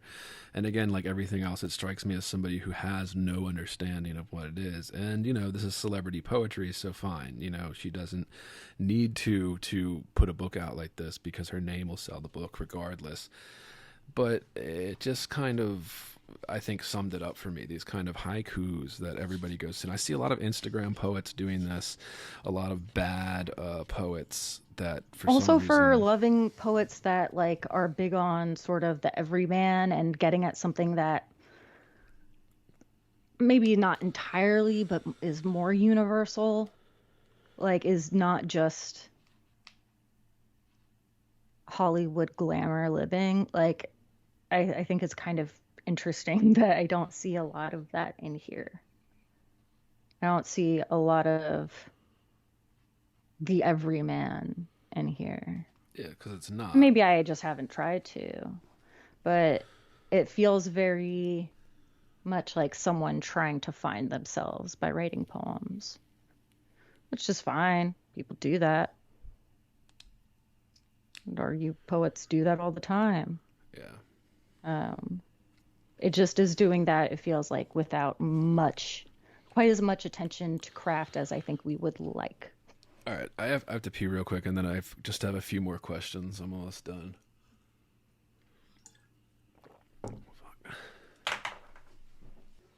In the meantime, I will read to you a couple of poems that are not in the haiku section.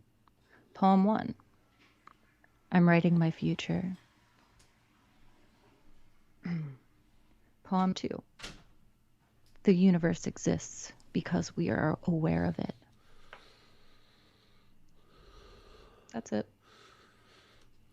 I was just filling readers in on 2 pages of poems. The first being I'm writing my future, and the second being the universe exists because we are aware of it. It's like those are just like ideas you had. You know what this Like reminds where- me of? Being high.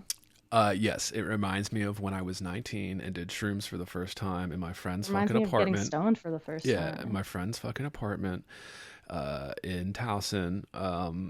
Donnybrook, shout out, right? And this, like, he brought home these shrooms and we did them. And dude, like, I remember we were like You're writing like, things. everything has a Right. vibration. Yeah, we were Yeah. writing stuff down. We were writing stuff down on notebooks and stuff, like Yeah, little everyone does 19-year-old the first time fuckers. they do some kind of hallucination. Right. You're like, my And mind thinking, is open. I am one with the universe. It flows fucking through me. right, and thinking it was great. So I'm thinking she's doing, like, this is what it all strikes me as, is the first time somebody does She's just drugs. microdosing. Yeah, and thinks that Hollywood like they've microdosing. discovered this new world and everything they're writing is great and all that kind of stuff. Well, it's one of those things where it's like you're having revelations and you think that it's going to be news to other people. Right. And it's like, I feel like other people had this idea when they were 18 And it's or like mostly- 16. And it's like, mostly whatever. when you're young, it's mostly because I hadn't read enough. Like I hadn't read enough Yeah. people that had, lived 100, You're 300 also just years. not that Yeah. developed. Right. So you Like, didn't understand Which, that, like, of course, maybe part of that is because you haven't read enough, like you haven't been pushed to, right? Baldwin always said, We're we also talked naive about, and yeah, we talked about this on the Baldwin episode where he just said, you think that your suffering is totally unique, and then you read books and you realize that actually it's not unique at all. Like your suffering is just like everybody well, else's. yeah. like regardless of your character, your different characteristics, your traits, your immutable characteristics, like it's this the human suffering that we all experience. Well, you think it's unique, and then like your brain finishes developing. Or you just, I think it's ignorance if you think it's that unique, like it's, you just Like, don't yeah. know enough yet to understand that But I mean, there actually is the guy something next to to you in like line that is sort feeling of the same thing. Like, right. Well, I mean, I think some of that isn't even about like people's ability to see that. It's like a just like a lack of awareness, yeah. It's not like And what in the is being actual aware? I mean, being educated, being right. But I think understanding. people can be that educated, like we can be educated and still like be so mindlessly self-centered in that way. Right. Yeah. But I don't even remember where we're going from that. But yeah, it's just like, yeah, it's like she did mushrooms and like she had an idea and she thought like this is gonna blow some minds. And it probably did for a 15-year-old somewhere. I mean, I've heard like 30-year-olds talk about how much this touched Well, there them, you go. dude. Like, Depress me. yeah, I've heard podcast. Yeah, like this is. I mean, like, it's fine. I get it. I Yeah. know. Because, right, like, reading poetry can be a pain in the ass sometimes. Like, if you're not into that, even if, like, you are into that and you're just, like, not in the mood, like, you don't have to fucking want to decipher something or, like, have the experience of the poem, Well, that's the like, thing and is have that- to be comfortable with not understanding everything. Like, you don't have to Well, want that all the time. Yeah, well, that's the thing is that A lot of people don't want it ever. the distinction that we're making, that I think needs to be made after everything we've said, is that we're not talking that it needs to be hard and complex. That doesn't necessarily, that's not what we mean when we say it's juvenile or elementary, because there are great poems that are very simple, right? Like you don't have to do these elaborate things. I mean, Ginsberg's there's a great example of poem that. somewhere that says that the universe exists because we are aware of it, but it's a longer poem that has spent more time, like, thinking about how do I convey this idea in an interesting way. Yeah. Because in and of itself, I don't know that, like, that just sounds like sort of just like basic stoner language. That's what it is. Yeah. It's basic like stoner. Wow. G wow LSD. G wow Firefly, as Holiday would say. Oh, it's just a firefly. Yeah. LSD. Wow. Poetry. Firefly. Yeah. Okay. These blank pages at the end. We're almost done here, What, listeners. notes for poets? Yeah. The notes for poets. Yeah. Well, at least she's acknowledging that mostly poets read poetry. Yeah, and I get the call to action aspect where it's like write your own or like write notes on this. Write and, your future. Yeah, write your life. Your life is your poetry type thing, and You'll never have my existence, but you can write and pretend that someday it will be. but yeah, I just like, why do we think those pages are there? I guess we already said it, but Because she thought it was fun, because her book wasn't long enough. Like, she wanted it to be audience there's participation. too many. I mean, yeah, I'm sure she had some idea of like, I'm the everyman and I'm inviting you to add to my book, or I'm Right. inviting you to, like I can see her Yeah. doing that. I could see her. So like now you're a participant because you are literally writing on the pages of my book. This book Adding is for her. you. Yeah, this book is Yeah, for it's very. us. It feels very romantic in that way. And self-important. Like like I said, there's like a Yes. self-importance to that. Like when you But think, I like that goes along with it feeling kind of juvenile, right? Maybe like I Yes. feel like juvenile is like we mean like young, right? Like there is something Yeah. that's very young about this poem, and like immature, And- young. Yeah. I mean, even in like great poets, you see that too, right? It's different because obviously she's like a pop person, right? Like she is a pop icon. She is not like Right.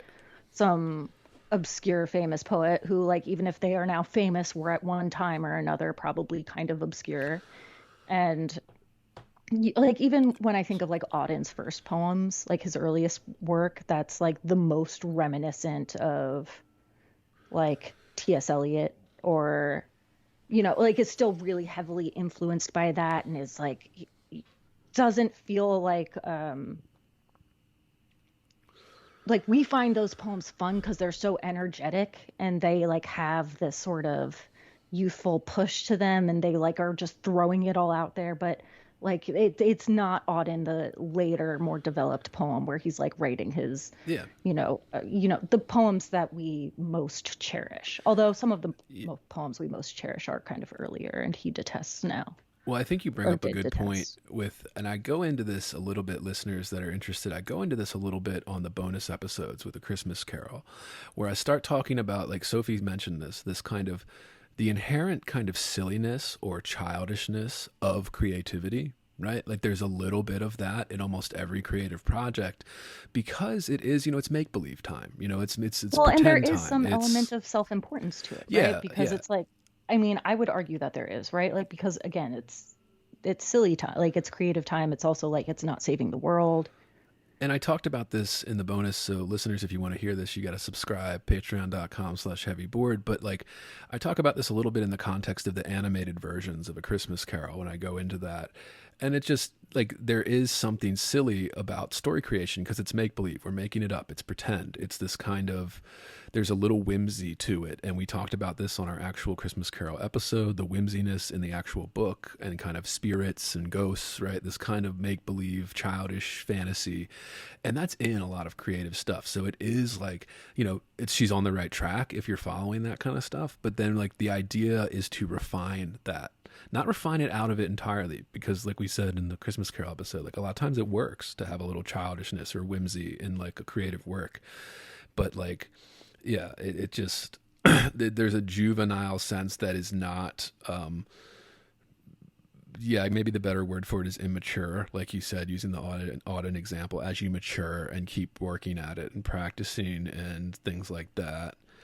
I mean, all artists do Well, yeah, this. You and look it's back not, at your old again, some work. of it Yeah. again is like the ideas. I get it. Like she's, probably what our age range.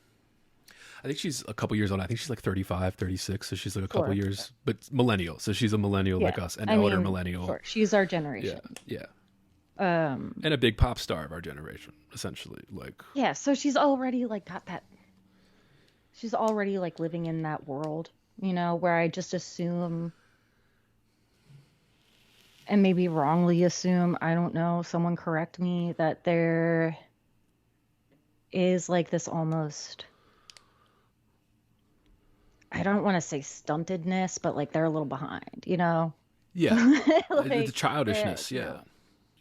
yeah, if you're gonna get away with like just having read like Ginsberg and like these few poets that she references, and I'm sure she's read others, but like these are clearly the ones that so heavily influenced her in a way that I feel like we were so heavily influenced when we started writing poetry. Right. And I feel like,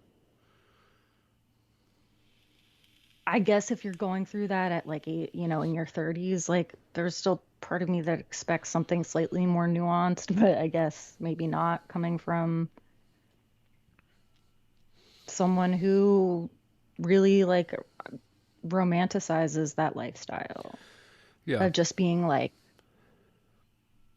an artist and I dictate my poems and then I write them down Well, this on is the my mistake. typewriter. This is the mistake that everybody makes in all creative processes is because the way you're creative is this kind of raw shit that comes out of your head, that they believe that that's all there is to it, right? Whereas like the actual craft of creativity is taking that raw material that anybody can do because it's just a human quality. You can make up shit in your head and like put it out there. But the actual craft of it is refining that raw material into something, shaping the material, as Bloom would say. This kind of like, you can take this little idea, but then, make it new, make it original, make it unique in some way. But not even that she has to do that because, again, we're talking celebrity poetry. It's just, yeah, there is this, it's not whiny, but it's bordering on this kind of, and I don't want to get into, wealth and all that stuff because people criticize everyone for wealth all the time. Like, as if that's a valid criticism of art. It's not. Like if you talk about how wealthy the artist is, like it's not a criticism, it's a personal vendetta. But like there is this little bit, if you're a 35-year-old person living in America right now and this is like the deepest you can go, like yeah, like it's just another example of the kind of stunted childhood or prolonged adolescence that we're all living through, and especially millennials, our generation, that gets criticized for it a lot. We tend to have a prolonged adolescence compared to previous generations, and there's all kinds of theories about it. Most of them are unprovable and bullshit, but we defend millennials on this podcast because we are them, right? Millennials get a lot of fucking shit, a lot of it that we don't deserve, but still, I don't know. We can move on because it's just... We are self-involved, though. Apparently, those 2 extra short, like 2-line poems that I read were actually just part of thanks to the locals. But they're just like also on pages on their own after 2 pictures. Yeah, and why do you think she did that? That's a good thing. I don't know, there's because a few it doesn't poems, make sense to me. Right. There's a few poems where that happens, and we pointed out the one with Salamander, and then you said this other one, yeah. And of course, I if we're going to talk about the idea of this as a performance, if we heard it as a performance, I don't think we would know that because we also wouldn't see these pictures. The pictures are not part of the performance, at least as an audio thing.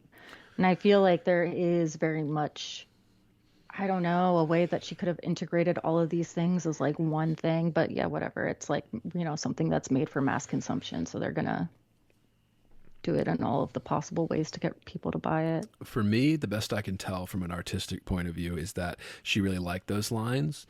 And again, it's just kind of more evidence that she didn't really know. And it just didn't feel right at the end of the poem. I just think she wanted to emphasize them. And again, not quite understanding the art form she's working in. Yeah. They don't belong at the end of the poem at all. So unless she's using it as a way to make distinct sections, which again, doesn't make sense with the poem. Yeah. And I think it might be, again, kind of copying a Ginsberg style without necessarily understanding what he's doing with that kind of stuff. But this is also where young poets get self-important because they want to keep all their lines. That's true, right? And, young poets, okay, great, like young poets. But young poets are not getting books published, right? Because usually it's not good enough. So but this is the exception because she has a built-in audience. So, of course, Simon & Schuster wants to capitalize on that, make a little money off a poetry book. Well, yeah, and also because, rare. Okay, it's the book of poems that we know we can make money on. Yeah, and the built-in audience is more and more important. We talked about this on our last episode, listeners, and we talk about it all the time. But because no one anticipates much of an audience for poetry. Yeah, and there isn't, if we're being honest. But I just have did we hit almost everything you wanted? Yeah, pretty much. I'll look back and see if there's anything. I might want to say something about... Because I did want to say the one with... what is it? What's the title? Find it. I fucking hate scanning through these fucking ebooks. Yeah. I feel like I sound like a curmudgeon. No, dude. I find them very convenient in some ways. They can be very convenient. Sometimes they're really convenient for taking notes in them. Right. But when it comes to, or searching for something in particular. And it's important the distinction between an ebook for fiction and that's the format ebooks work best in. When you're reading long form, when you're reading something like poetry, an ebook is kind of disorienting. We haven't quite figured out how to make it work in ebook format yet, and maybe we never will. Past the bushes, Cypress thriving. Again, also weird here, Cypress being the only other word that's capitalized in the title. When most of her titles, it's just the first word gets a cap. Yeah. So it's just in sentence case. I was confused by this poem, but then there was this moment in this poem, your fingers wiping oil on the paper with precision, with decision, like an artist never seen yet with a vision. It was just whoa, that's a little too much. The rhythm is already there so heavily, and this is a fun little stanza, but can you just change that to deciding? So that it says, your fingers wiping oil on the paper with precision, deciding like an artist never seen it with a vision. Just something else. You don't need that extra rhyme there. You just don't. It's too much. That was just one instance of that I wanted to throw out. But yeah, there are also moments in this poem that I did really like. Like what? But it also doesn't really make sense. Georgia O'Keeffe, Georgia Peaches, yeah, doing nothing. Forgive him forever leaving. Yeah. That's fucking fun. It's not. I'm not sure why it's here. it's this random assortment of the most basic stuff you get in Yeah, high school. Georgia O'Keeffe, Yeah, Georgia Peaches doing Georgia nothing but your O'Keeffe, painting dude. for forever, Okay, forget teachers, forgive him forever leaving. Like you it's you nonsense, can ask me essentially. about you can correct me for this, but like I went to a certain type of school where they were prepping for college and stuff. So like there are differences even when I talk to my wife in terms of the curriculum I learned in high school, what they were giving me, and the things you learn, right? When you're just learning basic English courses and the basic history of art in like a curriculum in high school, right? So you learn Ginsberg, yeah, you learn Plath, you learn Norman Rockwell, you learn Georgia O'Keeffe, you learn, Picasso, you learn these basic names that everybody knows because it's part of the basic kind of, Yeah. Western basic high school education. And it's all in this book. Like she thinks that these are really like good, Yeah. and it just, like I said, I was embarrassed for her reading a lot of this. Like, you're showing your limitations here as an artist and intellectual. Well, it just has a lot of what I would identify as stuff that works in lyrics and not in a written poem. Yeah, and It's like you I'm a can have a fan certain of, level of yeah, cheesiness. You can get away with a certain kind of cheesiness in lyrics that you can't in in this form, and it's just because, yeah, the music is louder than the lyrics. Like that's what matters the most. Or sometimes whether they're yelling it versus being quiet about it. Like all of these things, the things that make it actually like sound, right? right. There's a driving pulse usually to a music too. There's a beat, right? That follow the beat. Yeah. And the beat drives energy. It can make you very and we talk about this a little bit with poetry. Ginsberg could establish that beat without music, and A that's song also kind doesn't of have to make sense for us to like it. right. Yeah, it could be like Well, I mean, we everybody. could say the same of a poem, so maybe that's not a great comparison. Well, Just, yeah, but songs at the same time, like but Stairway they're to gonna get Heaven. less scrutiny for not making sense Yeah, there's than songs like Stairway to Heaven, like the lyrics make no fucking sense, like, but everybody loves that song. It's one of the most famous rock songs ever written and stuff like that. But like, if you actually read the lyrics or like listen to the lyric, like it really makes no fucking sense at all. And whatever, right? Because what we really care about is the kind of crescendo throughout the song, the right. screaming guitar solos, the kind of Robert Plant kind of wailing, kind of We're like looking that for a all, drop. yeah, that all comes in to propelling the art forward, as opposed to poetry where you're limited to just the words on the page and not this driving backbeat, not To this screaming create, guitar again, the solo. words on the page are also more than just like the words on the page, right? They're supposed to do the work of creating, Yeah, you know, the thing that stands in as a performance, right? yeah. And like I said, I know at The least enunciative apparatus. yeah. And I know at least one of my friends that's going to be pissed at me for even bad mouthing Lana at all, but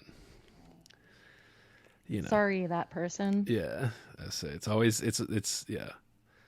My friends that all happen to be gay tend to, for some reason, all happen to love Lana too. It's like a very, it's like a very. And I don't have an issue with Lana Well, right, necessarily. yeah, yeah.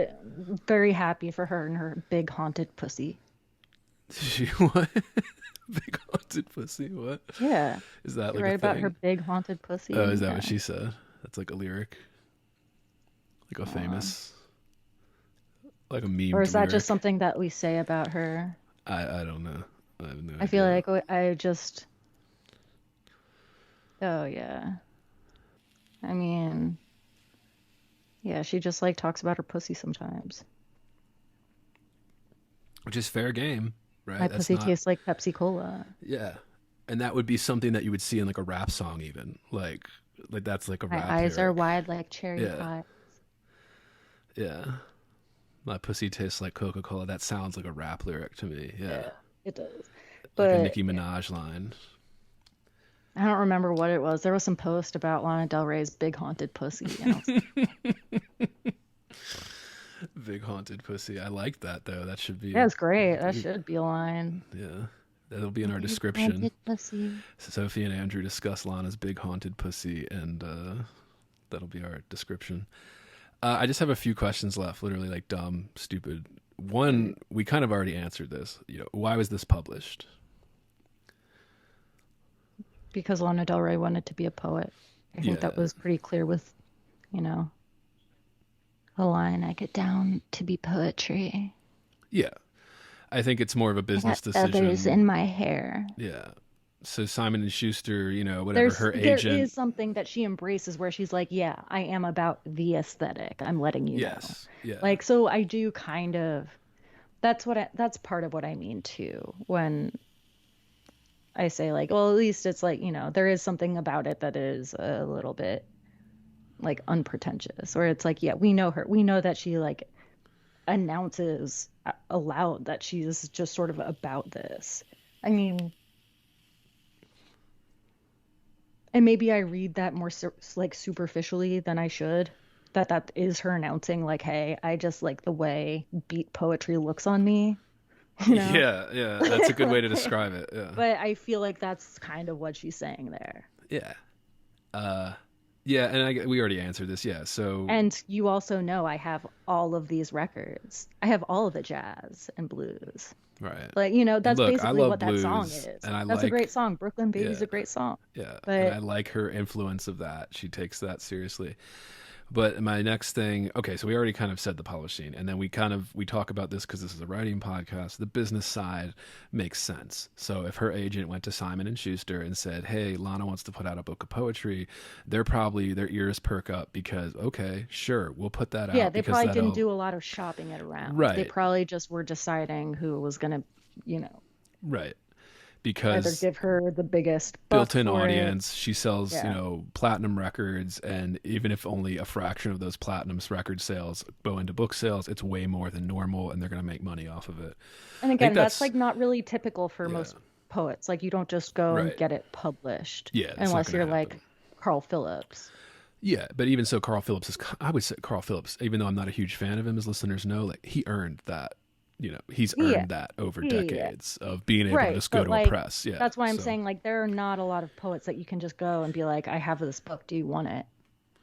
Who Right. are- Yeah. will always get their book taken, right? So like we there are very know- few living poets like that. And I think maybe that's why and I didn't want to attack this book for something dumb like that, like the nepotistic reasons or the business And again, reasons. I also wouldn't be surprised if Lana Del Rey sold more copies of this book than Carl Phillips did of Right, yeah, of either course. of his most recent books. Yeah, I'm sure the book sales are way better than most. But so that's just basically what happens, and you hear us purposely. We didn't want to talk about this kind of, was she just the only reason it got published because she's a celebrity, even though that's true. I think that's a weak. If we're talking about it as a serious poetry and art consumers, I think there is a it's a weak history argument. of like yeah. singer-songwriter poets. Yeah, like I said, Dylan, Morrison, all these people that we call poets. I mean, and Leonard Cohen. Leonard Cohen Patti is another Smith. one. Patti Smith, yeah. I mean, like this is very much of the era that she so badly But- wants to embody. But did Cohen that put out a ex- book of poems? Yeah. Like he There's a did. collection. I have one. Oh, I is it mean, I good? have his like songs. I mean, a lot of it is like his songs. Like, I mean, Right. And he But had some that's the great thing. songs. he had some great songs that had some really great lyrics that I do want to read. Like that are Right. because they are good and because they are complicated and like because, like, yeah, I mean, the lyrics to Avalanche is great. They're just great. Like, and it can be interesting to see where like the poem form can differ from a song form. Yeah. Like because he has some that are like the poem form of the song. Like so Right. that can sometimes be interesting, but you also know what you're going into. Yeah. Yeah. And I think we so- also knew kind of what I feel like I knew what I was going into. I Yeah. feel like I knew that I was going to find some poems that felt more like song. Some bummers. Yeah, and I just mean, yeah, so we don't want to attack for that because I think that's a weak criticism. We want to talk about the art. We don't want to talk about, necessarily why this got published, however, nepotism, blah, blah. Another question I have, is Lana serious? Is this serious? I think she's serious. I mean, I think she's taking it very seriously, even if we would say that she fell short. Yeah, I agree. I think, yes, of course, she's very clearly thinks this is dead serious. That's the only explanation I could come to with, again, those kind of I mean, terrible... why else would she do it? She didn't do it as like a... Right. Like, I think she was really like, I'm going to be a poet now, and I Yeah. take this very seriously. Yeah, and I and think I have a process. there's no way you could put those photos in there seriously without taking yourself seriously Yeah. like that. So like it's a bad idea and it ended up terrible, but like Like most clearly, photo students. yeah. And then at the end of this, like by the time I got to the end of this book, like the all the aesthetic of it really annoyed me. Like even the cover image and the font of the cover and Just by the everything. end. Yeah. Well, before I was a little It did not take me confused. long Yeah, to but get. I was instantly over that, but I'm just also, it's not that whole like 50s, 60s, like dreamy, depressed. I'm like a woman trying to fall into the arms of a man. Like it's just not yeah. what interests me. Well, just that like it's been. I mean, not that like it's. Of course, it's been said before, but it's just the actual aesthetic I think that she was going for seems so unfocused and so, like I said, mindless, aimless that it just started to really grate on me towards the end. I mean, it just And feels like baby's first collection of poems. That's what I'm gonna yes, say. Like yeah, that's all it is. And I didn't mean that. I know I said that in like a, fuck it, whatever. I just mean this feels very much like she just like became a poet. She just started writing and also had the opportunity to make her earliest writing, or I would assume some of her earliest serious writing, because I'm sure like, you know, we can't not call her a serious writer. She writes lyrics. of course, And she does, and she puts out album after album, and but it feels like for this form, this is like the first serious like collection she put together, and because she already happened to be famous, she had a way to get that collection published. Like it, and that's fine. Like I just think it feels very much like what you would expect of like a 19-year-old writing a collection of poems and thinking, I'm gonna put this out there. yeah. It's just, I think for most people, this would have to be a self-published venture.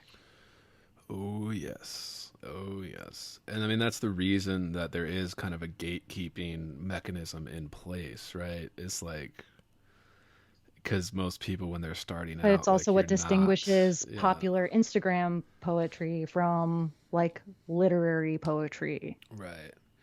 What's going to be remembered? And those are still two relatively separate spheres, I would say.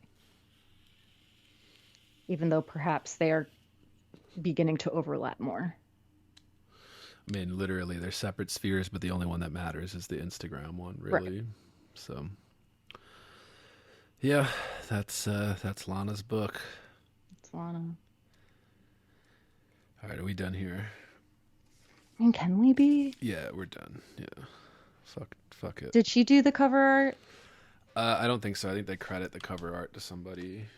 I think it's a more modern artist, but I think at the end here, the notes section, the cover image is an oil painting by Eric Elise Sears, copyright 2020. I mean, someone let me know if you think this image of these dandelions after the first poem really moves you, because it didn't do it. Yeah. Yeah. It's American grass. So that's it. That's Lana. We did it. Oh, God. All right. So, reminder to listeners, we're still looking for workshop horror stories. If you have a workshop horror story you want to share with us, send it to heavyboardpodcast@gmail.com. It'll be a lot of fun. We want to get started. We also have a subscription plan. You can subscribe at patreon.com/heavyboard to receive full uncensored episodes for subscribers only, as well as bonus content. And if you don't want to do that, can't afford that, there are other ways to support us. You can leave us a 5-star review on Apple, Spotify, wherever you get your podcasts. That helps us grow, helps us out.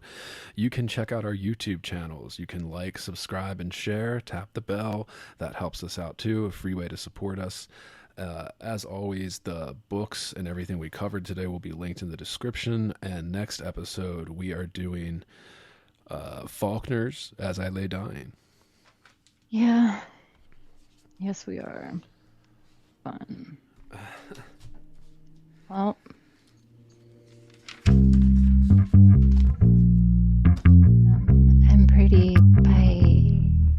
So this has been Heavy Board.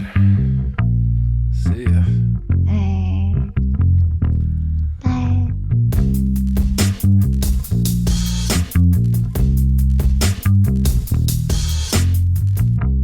Heavy.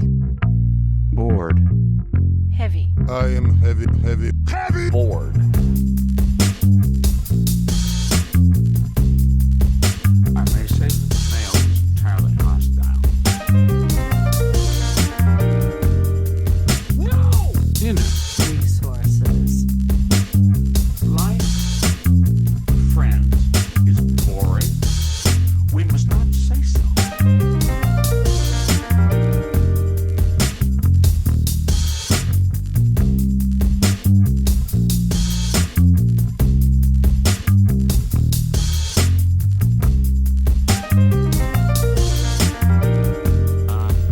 Are you radioactive now? Inner. Resources. American resources. Being bored? Some activities are intentional, right? It shows such a lack Heavy. of gratitude for life. Bored. I aspire to boredom, Heavy. I should say. Bored. Heavy. I am heavy, heavy, heavy. Bored. Has you the night sweats and the day sweats, pal? Pal, I do.